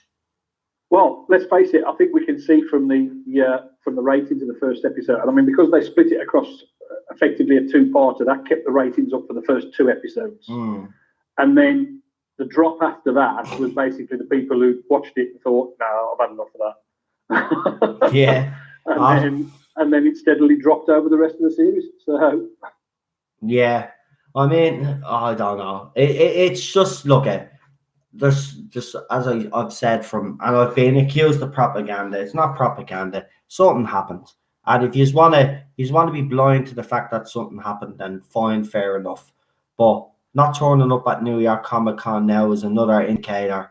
And also, rumors that there might be obviously some sort of VT like there was at San Diego Comic Con. Don't know about that, but here I came up with a bit of a theory, and I was wondering how you felt about or what your thoughts would be on it. So they've missed San Diego, they've missed obviously New York. So the next one up, and Tolson Cole's already there, is the London Spring Con. That's coming up obviously in the spring. Now Tolson Cole is going to be there.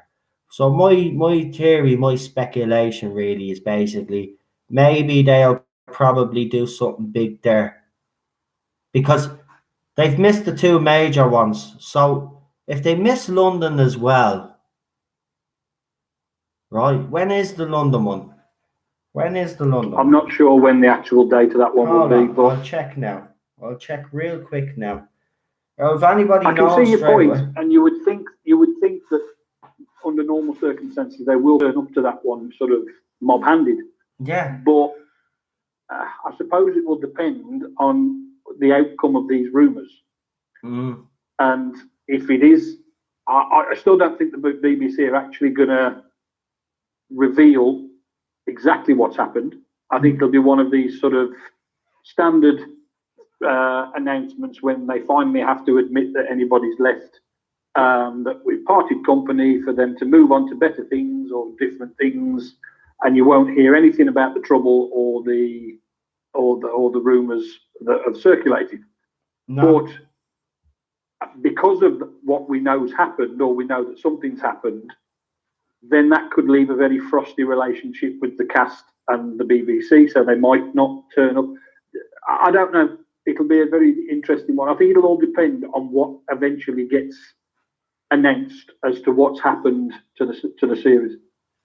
Yeah, I mean, no, they're obviously if they're not going to turn up at New York, they're obviously still either in production, they're still filming. They have to be.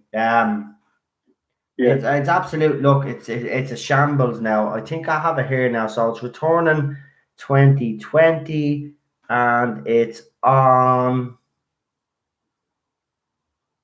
Well, there's Tolson Cole. Sylvester McCoy is going to be there as well, actually, at London Spring Con. He tends to go to quite a lot of things like that, though, doesn't he, Sylvester? There you go. So it's on from the 29th of February to the 1st of March. Now, how many months is that away now? That's what? So we're in September now. October, November, December. It's about January, 6 months away, is it? Right. That's 6 months away. Now, if they don't turn up at London Comic Con, I'm being honest, they'd have to show. You mean to tell me they did nothing for six months? They won't be able to produce anything in 6 months. London Comic Con makes sense now. Yeah. Unless there's one even before that. They've got to release a trailer of some kind sometime, haven't they? I mean, it's... Normally at Christmas you see something, don't you? It used to be traditional that after the Christmas special you saw.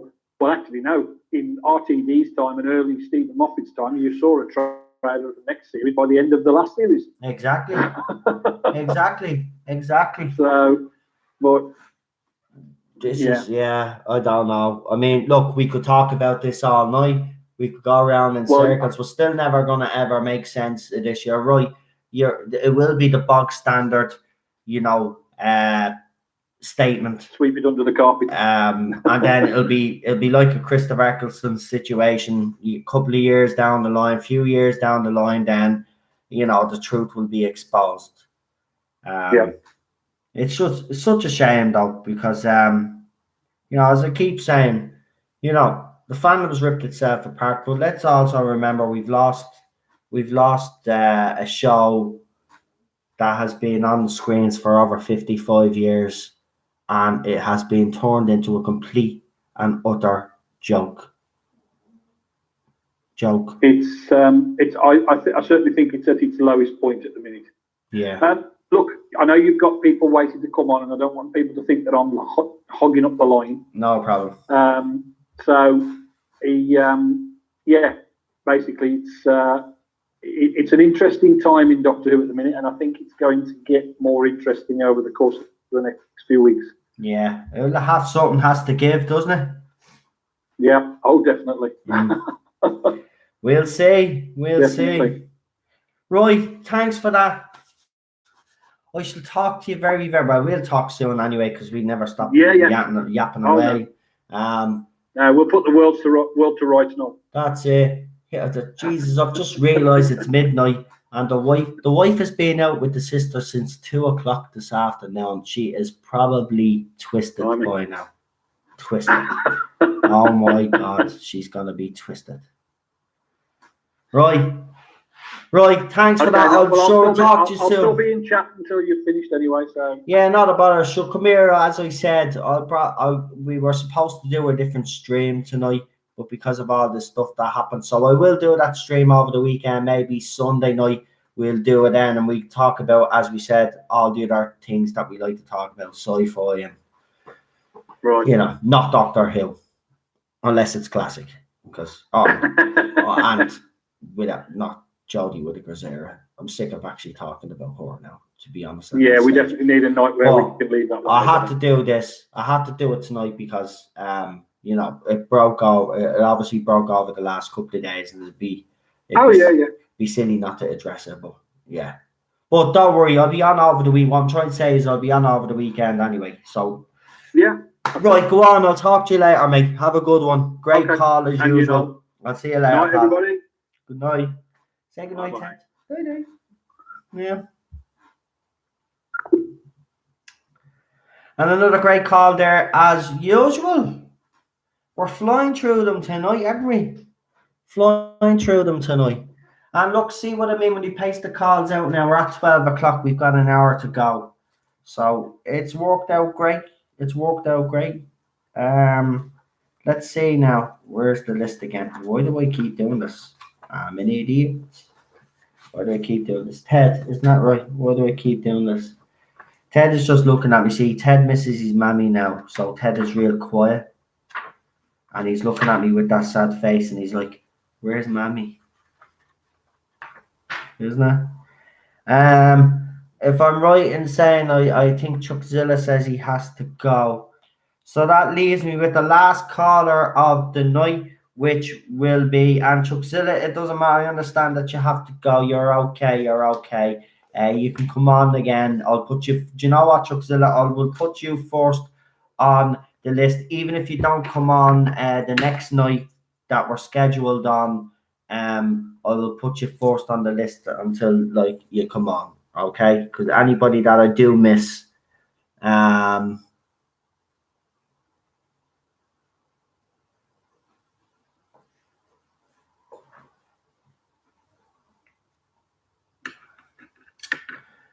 right, let's see for a minute. I just want to see if there's any new people in the I see Leland is here tonight, and Matthew Pounder, my good friend Matthew Pounder is here as well. How are you guys? Nice to have you here. I hope you are enjoying it so far. If let me see. So the next call.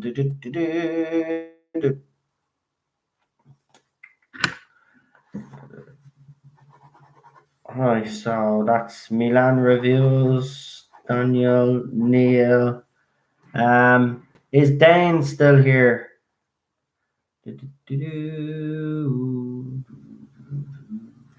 Right, let's see before I see the answer. Let's see.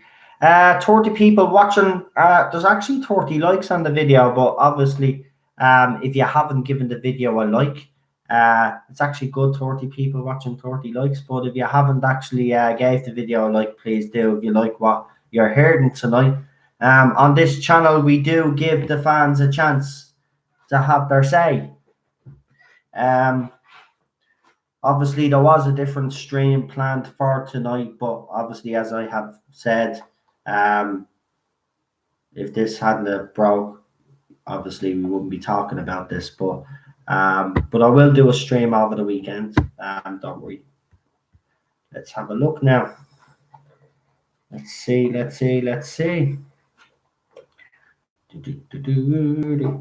all right, Teddy? Teddy looks so sad right now.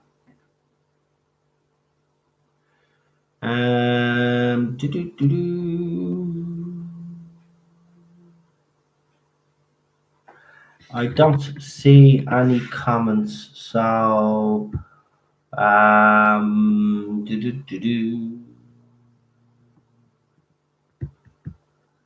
so we'll bring on Paul. So Paul will be the last call of the night. So I will just give Paul an old text there and see if he is available to come on.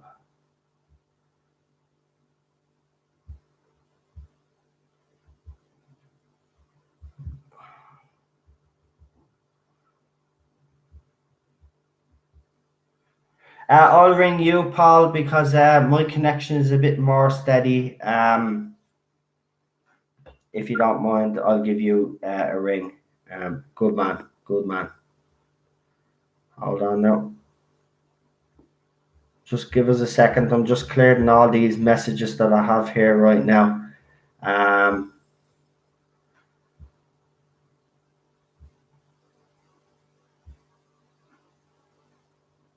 Right.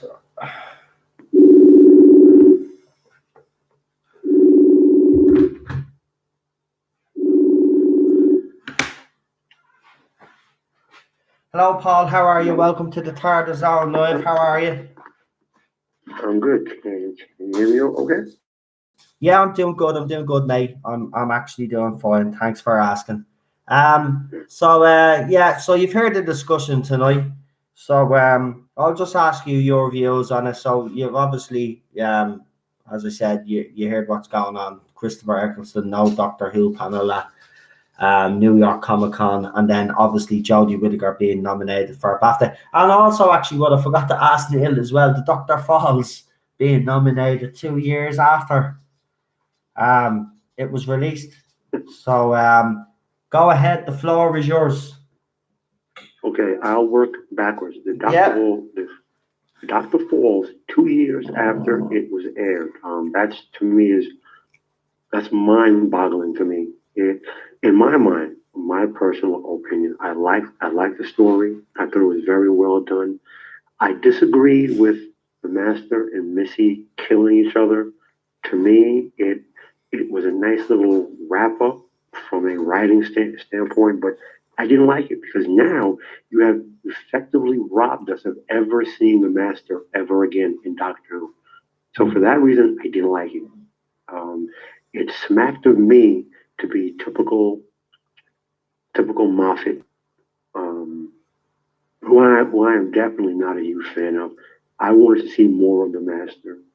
I love Michelle Gomez, but I really wanted to see. I just wanted to see more of the Master, and I will leave that there. I like the Mendacian Cybermen because these new versions since the show came back, I don't like them. They've become an absolute joke, just like the Daleks. So I like seeing that. coming forward a bit, I'm going to New York Comic Con. I'm going the Thursday and the Friday. Nice. So I was hoping for a BBC panel, but obviously there won't be one. If, and I stress if, I can possibly get up close and speak to Christopher Eccleston, I am going to ask him anything, whatever he will be willing to answer about Doctor Who. Yeah. I don't know what he's going to say, or if you would even want to answer anything about the BBC and the whole blacklisting thing. So I probably won't even ask for that. Again, that's assuming that I even get that chance. But I will ask him about Doctor Who. Yeah. And basically, would he want to come back for the 60th? Because in my mind, he should have been part of the 50th. So the last thing, the final thing, as far as Jodie Whittaker being nominated for a BAFTA, I'm of the mindset that that's a political thing. That's a narrative and agenda-driven move. I just don't think she is a good actor. Yeah. I think she is a generic actor. I haven't seen anything from her that to tell me otherwise. I watched her in Broadchurch. I was never impressed. To me, she was another generic background character who can easily be replaced by any other generic background actor. Yeah. And that's what she brought Doctor Who. She had her moment in the first episode of her run, as every doctor does, to make a speech to own the role. She fell flat. She has no gravitas. She has no on-screen presence. She does nothing. And that other project that she was in, the name escapes me at the moment. I saw her in some of it. I was not impressed. She's just not a good actor. So it's just more of that whole agenda, politics-driven thing. So Yeah. I find it laughable now that they just seem to be trying to shoehorn either Jodie Whittaker or the show into any award ceremony, hoping that it gets a hit. And it's become quite embarrassing for the fandom, actually, I think. And I wish BBC, don't know how you feel, but I wish BBC would actually stop trying to flog this abomination, because it's been clearly rejected by the majority of this fandom. see, the thing is this, right? And without getting political, Yeah, go ahead. realistically, it's difficult if we're being intellectually honest. It's very difficult. If you say you don't like Jodie Whittaker as an actor, which is a fair assessment. If you say you do not like the gender change, you get attacked and all the names, misogynist, sexist, anti-women, whatever. Yeah. But the thing that I don't hear is, okay, compare the actor to other actors. And she's not good. So without even getting too political, my point here is that this narrative and this agenda is being pushed. And here's my question to radical feminists and people of that ilk. As opposed to wanting to remake things that were traditional male roles because you want inclusion, why not create a new role with a female character? As I said earlier, there was a great show, in my opinion. It was a good show. It's called Agent Carter. Right. I watched every episode. I really liked that show. Yeah. And Peggy Carter, hello, she was a woman, and that was a new role created for a woman. But for whatever reason, see, if your goal is inclusion and diversity, then create new female roles. Diversion and inclusion is not changing male roles and female roles. That's just remaking the world. Yeah, but isn't that show finished now though? That show was cancelled, wasn't it? And I think because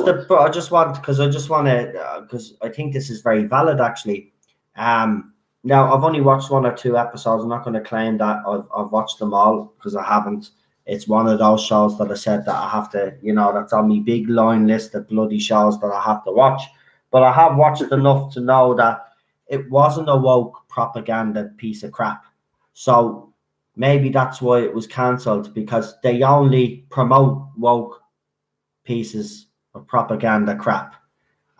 If a show is half decent and it's actually doing well, and again, the time that was set in as well. I mean, if you put, they did it with Stranger Things, apparently with Series 3 or Series 4, Series 3, yeah. So I mean, you're in danger. If you put that in those shows, you ruin those shows, and it's been seen. Maybe that's why it was cancelled, because they refused. Maybe those people refused to, put any wokeness in the show. I think any show like that doesn't put any sort of narrative in it now that fits these people's ideology is going to be hammered by the critics. For example, like the Orville. The Orville was hammered by the critics, but the audience, the public, have actually proven the critics wrong. And I've actually watched both seasons of the Orville, and I'm telling you, it's that's how you deal with. I mean, the issues they deal with in that show. Chris Chibnall, look at the way he set McFarlane writes, because he's 10 times a better writer than you'll ever be. I have to answer the door. I think my wife is outside. Hang on. Did she not realise I've left the door open for her?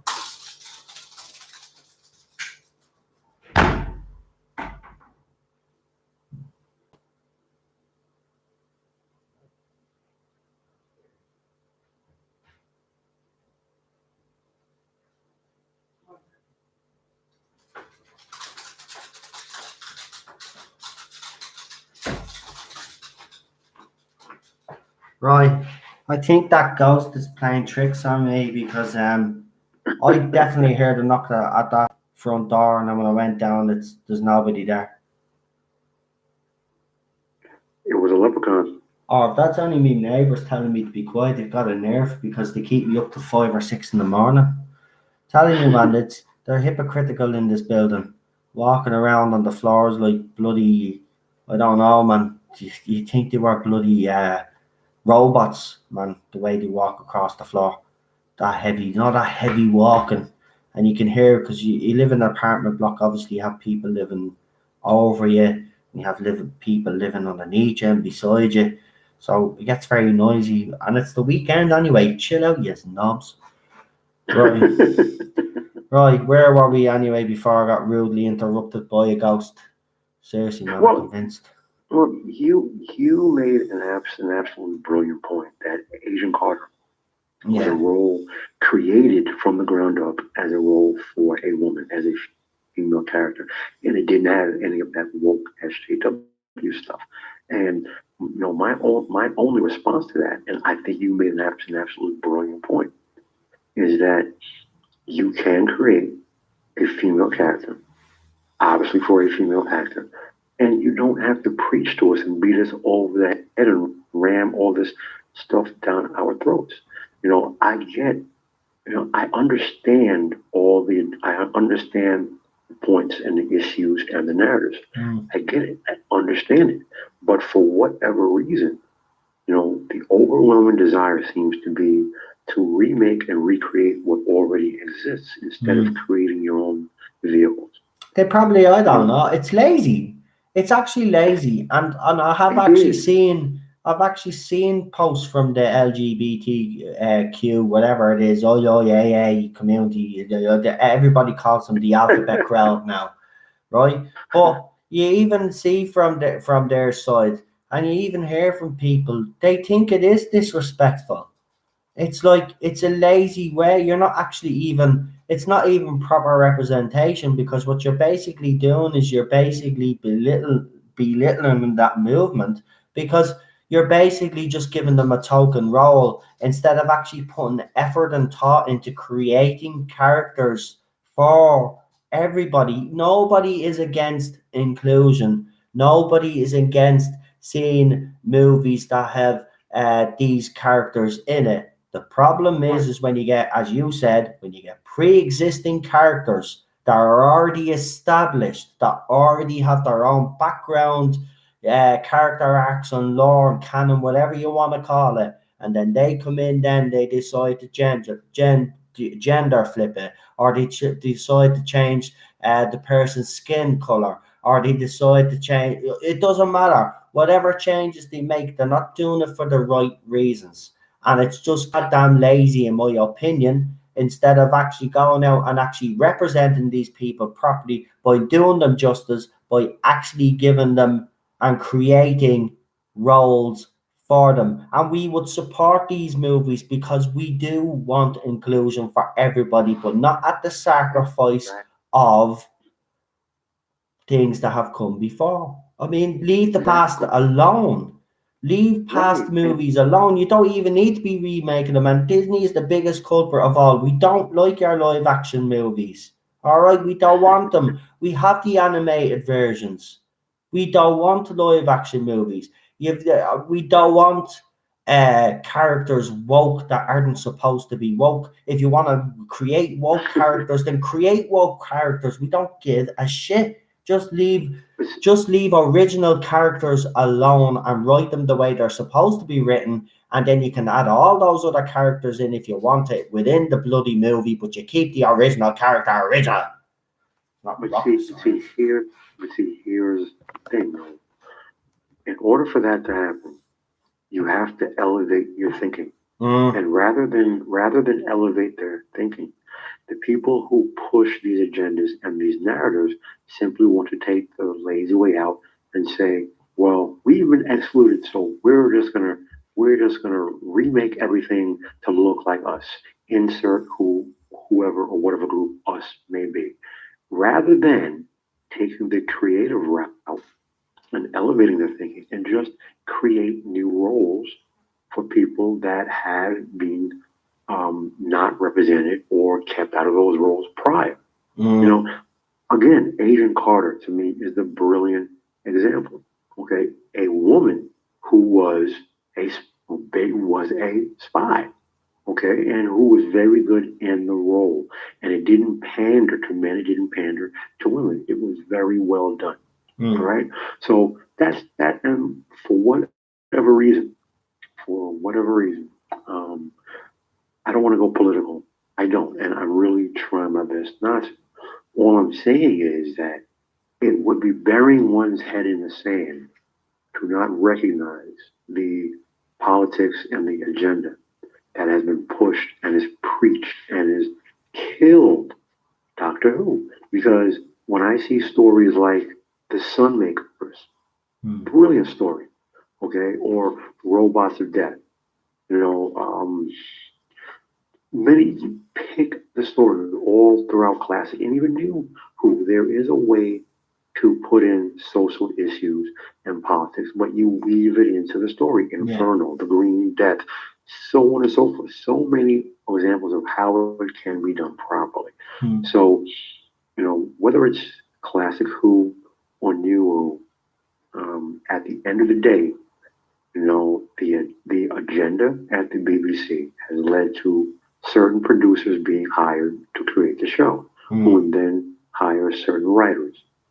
All I want is to leave the agenda and the politics alone.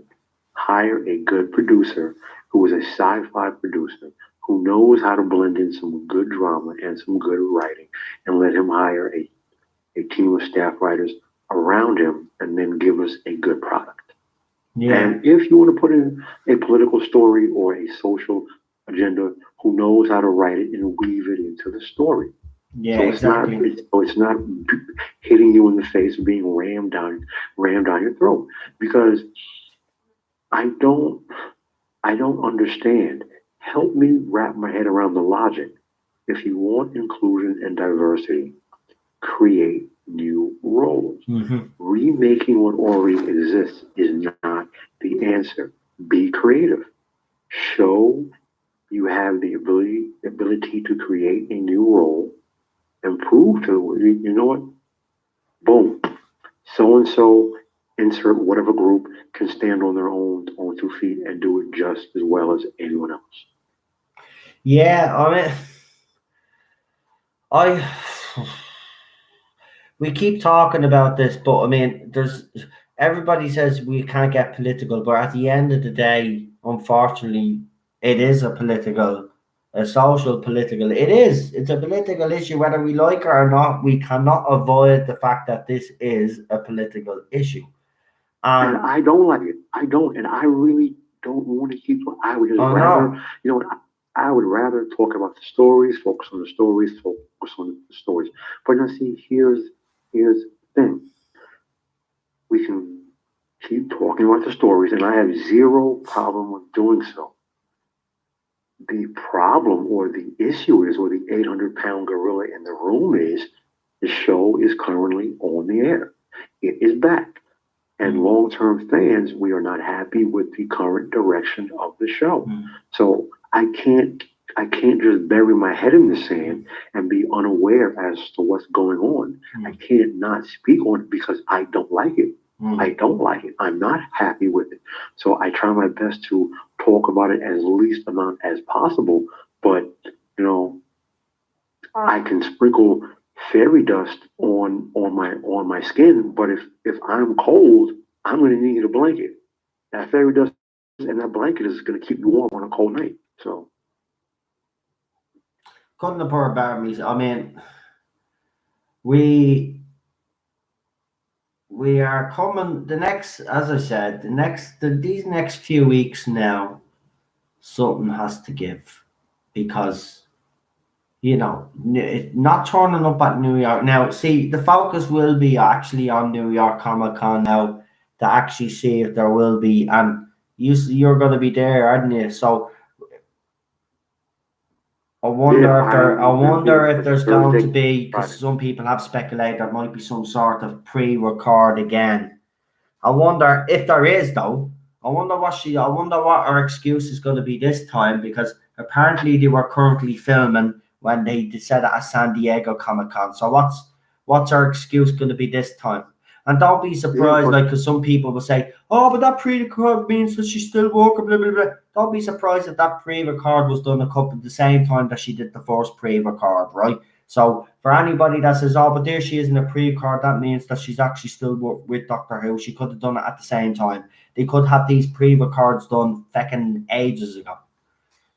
Yeah, but you know it though. Listen, I have to call BS, and here's why I call BS. It is nothing to get on a plane and fly from London to New York. London to New York is a 7.5 to 8 hour flight. No. Okay, I've done it several times. You can take the 7 to 8 hour flight, pop in, appear at Comic Con on one day. That very same night, you can catch a red eye. British Airways has red eye flights. They leave between 10:30 and 11:30 and go right back to London and take another flight out to Cardiff and keep filming. So I call BS on that. Right. Only my own opinion, though. No. For whatever reason, the decision was made for Chin Balls not to appear, for Jody not to appear. Everyone can have their 1,000 opinions.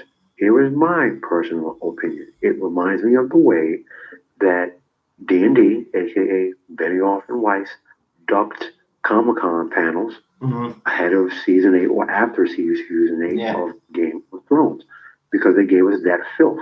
And we hated it. So now we got season 11, we hated that filth. So now Chin Balls and Jody are nowhere to be seen. Yeah, I'm gonna be fair here, but I know some fans will say she'll deserve it, but I wouldn't like. It would be kind of pretty, and I know some fans will say that she will deserve it, and me kind of thinking she would a little bit. But at the same time, it wouldn't be nice to see. I mean, if she was at those conventions and people start booing her, you know, it wouldn't look great for the fandom, to be quite honest with you. So maybe it is a blessing in disguise that they're not there. Again, it still does lead to all this speculation. Cardiff did happen. Of course it did. It's but the thing that's striking me is they must be so far behind if they're not even making New York Comic Con. Even if they're gone, remember one thing, folks, right? Just in case anybody out there thinks, well, if they turn up, it must mean that they're still there. Again, you know, it doesn't mean anything. They'd still have obligations. Well, Jodie Whittaker definitely would anyway. She would still have some obligations, and if she wanted to work for the BBC again, you know, being an actress, that's her bread and butter. You know, if she's told to show up somewhere, she's gonna show up. Do you know what I mean? So, Absolutely. as Which for tells me you Chibnall told doesn't have to. I mean, if Jodie turns up and there's no sign of Chibnall, right? Then there you go. That's all you need. Well, you know, I will say that this because it's already 23 minutes on this call, so I'm gonna exit stage left. Me personally, I do not have to resort to the level of making personal attacks against anyone. I can debate the issue on its merits, and if it gets to a point where I feel I'm just banging my head up against a wall, I will no longer continue to engage with you. I do not have to resort to profanity. I do not have to resort to personal attacks. With that said, I'm not a usual kind of person who would boo. My silence would say a whole lot more than more. My ability to express myself, to express my displeasure at the product that you have put forth, and I can easily verbalize that to you in a respectful manner, speaks volumes. Because I don't know Jodie Whittaker personally. I don't know what she's like personally. I have seen enough interviews and heard enough of her personal statements to know that I disagree with her personal mindset and personal views. With that said, I still would not make any personal attacks. Just that I do not care for her or for her. I do not care for her performance, to be precise, or her product that she has given us. So with all of that said, for any fans who get attacked by the radicals, I just say ignore them, let them eat themselves. And on that note, great show as always, and I'm going to get off so to let anyone else have their piece. Thanks very much, Paul, for coming on. And as I say, you're more than welcome to come on the next time we have a live call in. And some great points there as usual. But I'll just say the Matthew Pounder actually put an inch. So I'll just put this to you just before we got. Matthew Pounder says, see if you agree with him. He says, I bet BBC won't even hold a press screening for Series 12. They are in damage limitation mode. Yeah, the press do actually get to have a sneak peek, don't they? I don't know though, Matthew, because personally speaking, if they got the woke journalists on board, they'll probably only select the woke journalists that they know that will write something good about it. Because look at last year, you seen all the way the journalists were carrying on about it. Like, they were praising it to high hilt. So I don't know. But you have a point. What do you think? Do you think they'd be in damage limitation mode if they did that? No press screenings. Would be on you. That would be the biggest telling, wouldn't it? That would be such an indictment that they are in damage control mode. That they hold a restricted entrance screening of a promo, press only, at New York Comic Con. That would be such a huge indictment. But again, I will be there. I will take pictures. If there's anything, I will even take video, to let you guys know. Yeah, let us know. Yeah, I'll be very interested in that. All right. Let us know, if you can get any video footage as well, that would be fantastic. It's a pity, you know what, it'd be great if you could really get one of the lads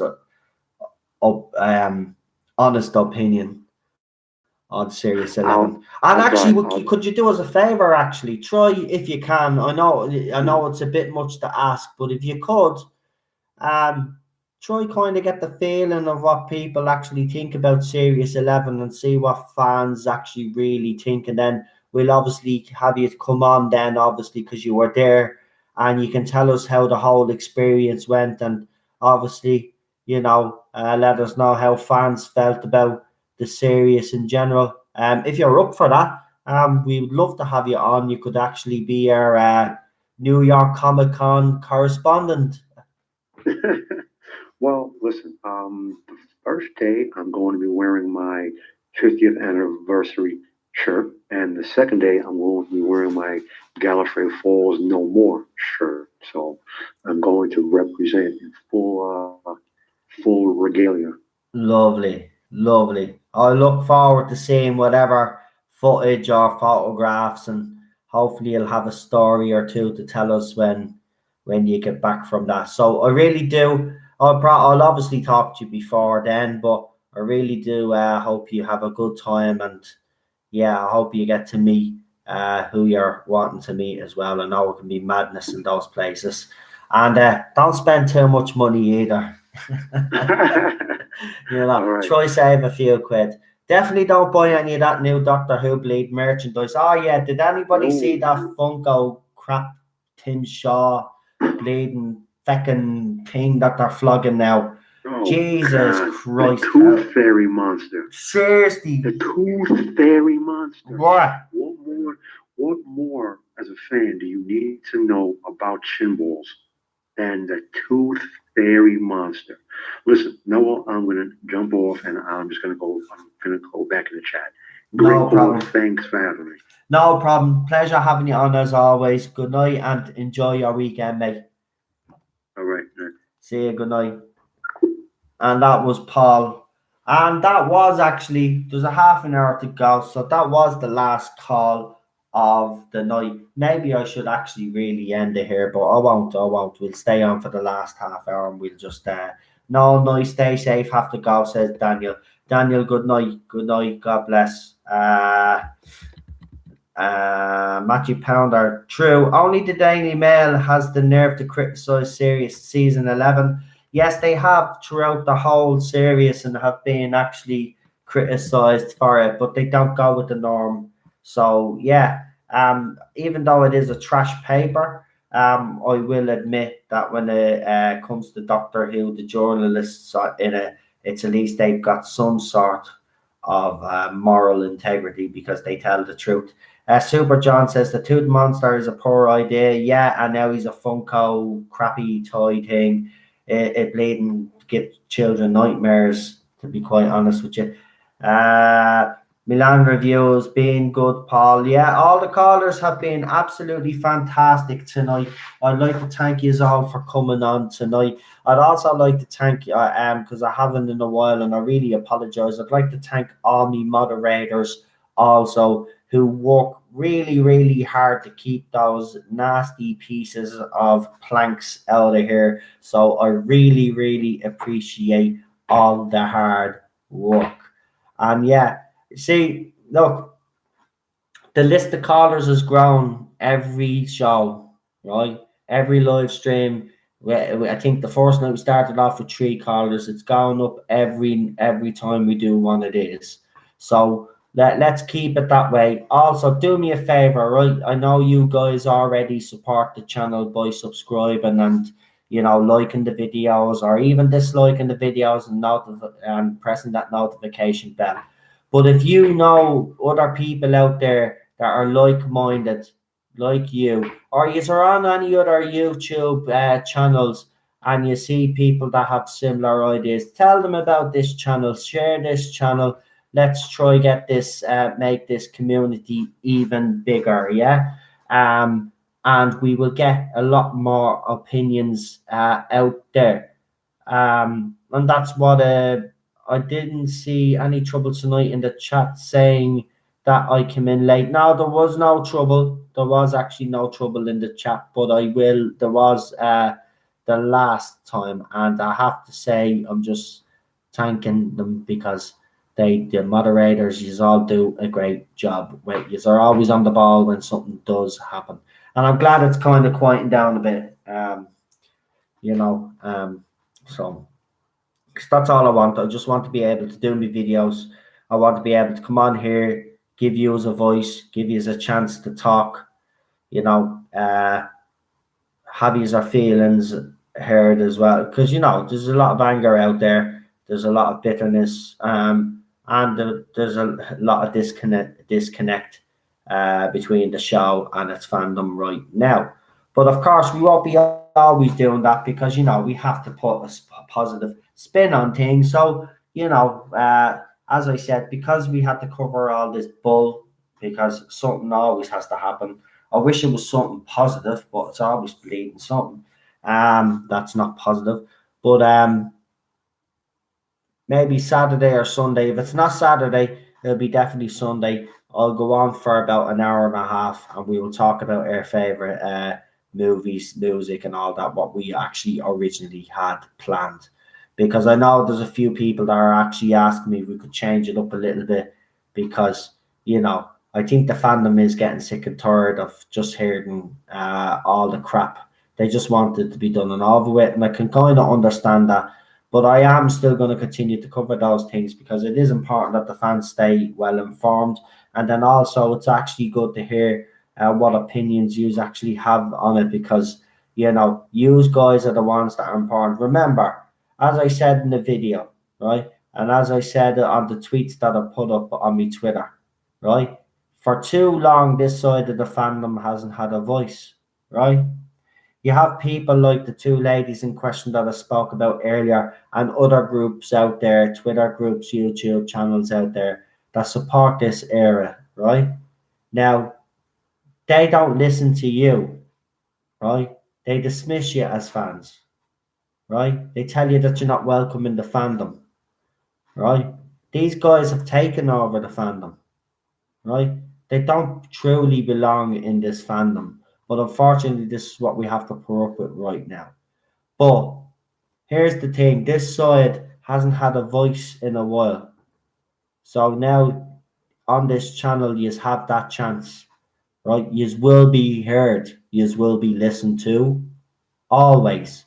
This is why I decided to do these phone-ins, and I've explained this again. This is why it's so important that if people want to come in and ring, you know, the more people we have, the better. I want them to know that you are unhappy, right? Because they're trying to cover up. And listen, remember one thing: these people attack you, right? And then when you defend yourself, then they're clever enough. Well, they think they're clever. They try to delete their tweets, but of course, there's a thing called screenshot, and you know a lot of their tweets get screenshotted anyway. But these people abuse this side of the fandom, right? We had to wait a long time for Jodie Whittaker's season to come out. Then when it did, then we got rubbish. Now we're waiting how long for Series 12? How long? We haven't even had so much as a trailer. Nothing. Nothing. Like, it's unacceptable. It's unacceptable. And the thing about it is the other side will say that everything is rosy and that the series is fine. This is why I want as many people getting involved in this channel. Remember, this isn't just my channel, this is your channel too, guys. And you know, the more our voices heard, the better. Seriously. I really can't keep this going without you. So as I said, the more people that come on and are willing to talk, the better. What's coming over the hill? It is Chibnall. It is Chibnall, says Extra Spice Mikey. Leland Gaunt says, or maybe it will be a new monster that kills her. The insidious micro-aggressors that overwhelm her by man-spreading. Paul says, Chibnall the Ravager from Planet Woke. What he is all coming up, which is our own little names for episodes. Yeah, Well, I have to say I'm not really actually looking forward to Series 12 because I've seen what he's tried to rope into Series 12, and I am absolutely. I look. I don't. I'm gonna be out straight. I don't give a crap what he does to the Jadoon. I actually really don't, because as far as as I'm concerned, they're insignificant. Right? I don't really care about them that much. But the fact that the Cybermen are back, and let's be honest, right? We all criticise Moffat, but his last couple of Cybermen stories were great, right? And I love those episodes. I'm sorry, but I do, and criticize me, but the Cybermen were scary again, right? I just like look at Series 11. There was no real threat with any of these villains, so I mean, even the way the Dalek was defeated in Resolute, I just dread to think what he's gonna do with these with the Cybermen. Or as some people have been jokingly saying, cyber people, because that's the world that we live in now. That men, the word men seems to be a bad word.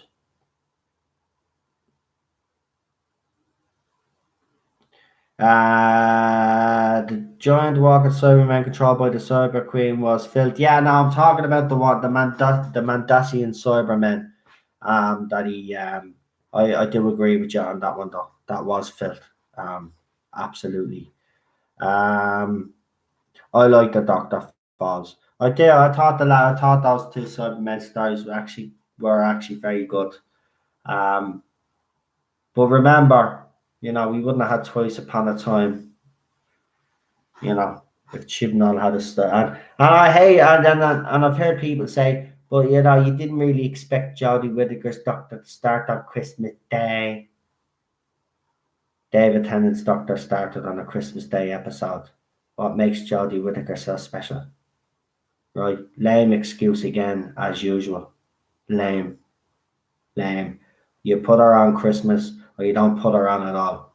Right, and if the writer or the producer or the showrunner is not willing to do a Christmas special, even though you want the Christmas special, then you get rid of them and you get someone in that does. Simple as that. I mean, it's not rocket. I keep saying that on this channel. It's not rocket science.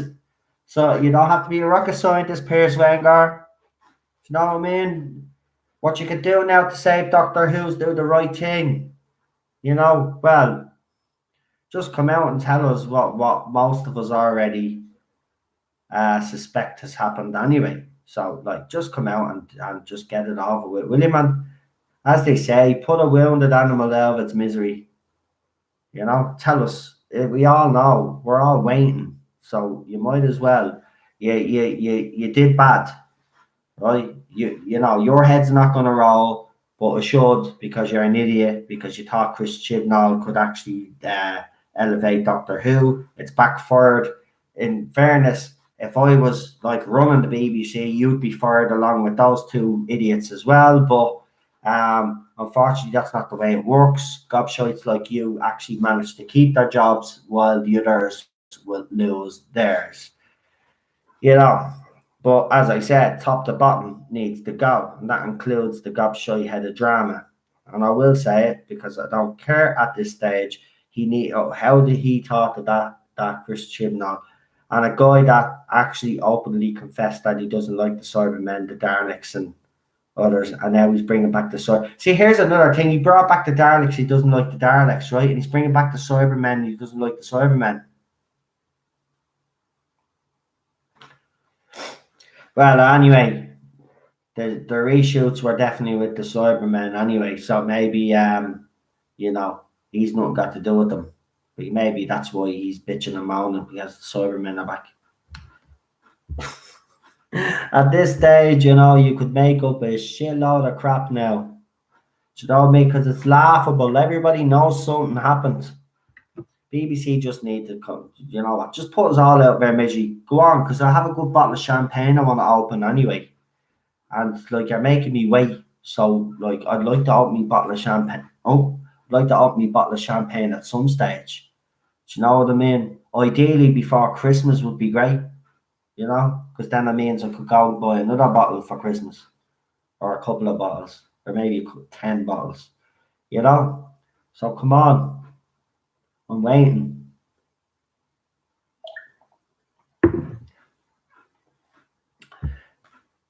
But here, great show tonight. Do you know, I'm gonna go a little bit early because I got a message off her. What she say? She's in a taxi, so she's obviously on her way home. So what I'm gonna do is I'm gonna go down and meet her at the gate, because if she's in a state, you know yourself, she'll probably bleed and fall or something. I want to make sure she's all right. Get her to bed. You know, she probably locked at this stage. She probably can't even walk straight. Isn't that right, Teddy? Do you know what he's at to doing, guys? He's at the right. We have. I don't know if you've seen the video. So he has this little bed, and it's also a playpen as well, right? So it converts the two. So it's his bed and a playpen, and he has this sheepy. Oh no, it's a raccoon blanket, I think. He's at the literally pulling the blanket out of his bed, and he's at to bringing it over towards me and wrapping himself in it beside me. All because he misses his mammy, isn't it? Right, listen, folks, do me a favour before you all leave, before you all rush out and go. Please give the video a like. If you haven't subscribed to the channel, please do. And as I said, the biggest thing you could do for this channel and support me is by sharing this video or sharing my YouTube channel to other groups or to other like-minded people, and we try to get those subscribers up so we can get more people to join the community, also get more people then to call in for live calls. As I said, because obviously I covered this whole situation, that the live stream was obviously supposed to be about our favorite sci-fi movies and music growing up. We'll obviously do that Saturday or Sunday. I don't know what day. I will let you know anyway on Twitter and all the usual places. And I'm sure people will text me anyway and ask me when I'm back on. But it'll be either Saturday or Sunday. More than likely, and I'm just saying this, more than likely it will be a Sunday, because I might just spend the day, because obviously Cheryl's at being out all day and I haven't spent the day with her, so I'll probably just spend the whole day with Cheryl tomorrow. Which I know most of you will understand. You've got to spend some time with your loved ones, as well. Got to get the balance right, as they say. But listen, you have all been wonderful as usual. It's been great having you with me this weekend tonight. I've really enjoyed it, and I just see that a few of you are saying good night. Noel killed your relatives and then used them to make Teddy's covers and blankets. That's a horrible thing to say. Oh no, 289, you're barred. I'm only messing. If you do a live stream on the day it's announced those two are leaving, imagine the hangovers the next day. LOL, says Rocket Runner. Oh, there will be loads of hangovers. There will. I don't even suffer a hangover, but I'll just have one especially for that occasion. But you know what? Worst case scenario, as we've said, and I've only said this once on this channel, right? But imagine the worst case scenario. Imagine if there's U-turns made left, right, and centre. But I have said this before. But look, at this stage, all the evidence is just undeniable. New York Comic Con, and as I said, people can accuse me of propaganda all they want and say that, oh, my channel incites hate. It doesn't actually. My channel gives people that haven't had a voice on this side of the fandom finally a chance to speak, right? And I've always spoken my mind on this channel, and I've always been honest in my opinions, and I've always been honest with the information that I've given everybody on this channel, and everybody that has come on the live calls since we've been doing this have also been honest in their opinions, and their comments are just as valid as everybody else's comments out there. So for those fans out there that still have a problem with people, you need, as I said, it's time that this fandom stopped getting at each other's throats. It's time that we all just realize that everybody has different opinions and it's okay. And that's it. You know, there's no point in it. I guarantee you, right? Just before I leave, I guarantee you half of those people that have a go at me, right? I bet you if I bumped into half of them at a convention, they wouldn't say anything to me. See, this is the thing. Most of them are keyboard warriors, you know. But I guarantee if you met them face to face, they wouldn't have anything to say to you. And that's the thing. See, that's the difference. I'd come up to you and say, "What were you saying? Would you like to say that to me face now?" See, that's the difference. Do you know what I mean? These people wouldn't. And that's just the way it is. So, I mean, look, and I'm just letting you know, like, there will be one day I will be at one of these conventions and I will bump into people that have a problem with me. And if you think that I'm not going to come up to you and say, right, say what you said online to me face now, if you think I wouldn't come up and say that to you, well, then you obviously don't know me, because I would. And I'd record you piss your pants as well, because that's how I roll. And I'll have Teddy in my arms. We'll roll like that, don't we, Teddy? We roll like that. We take no crap from nobody, don't we not, buddy? Yeah. He's getting all depressed. Right, I'm gonna go. Good night, God bless. Enjoy the rest of your weekend. More than likely, as I said, it'll probably be a Sunday stream. More than likely. If not, we'll see. But definitely Sunday. If it doesn't happen Saturday, it'll be definitely Sunday. Right? Yous all have a good weekend. Don't get too drunk, some of yous. Don't get into any fights.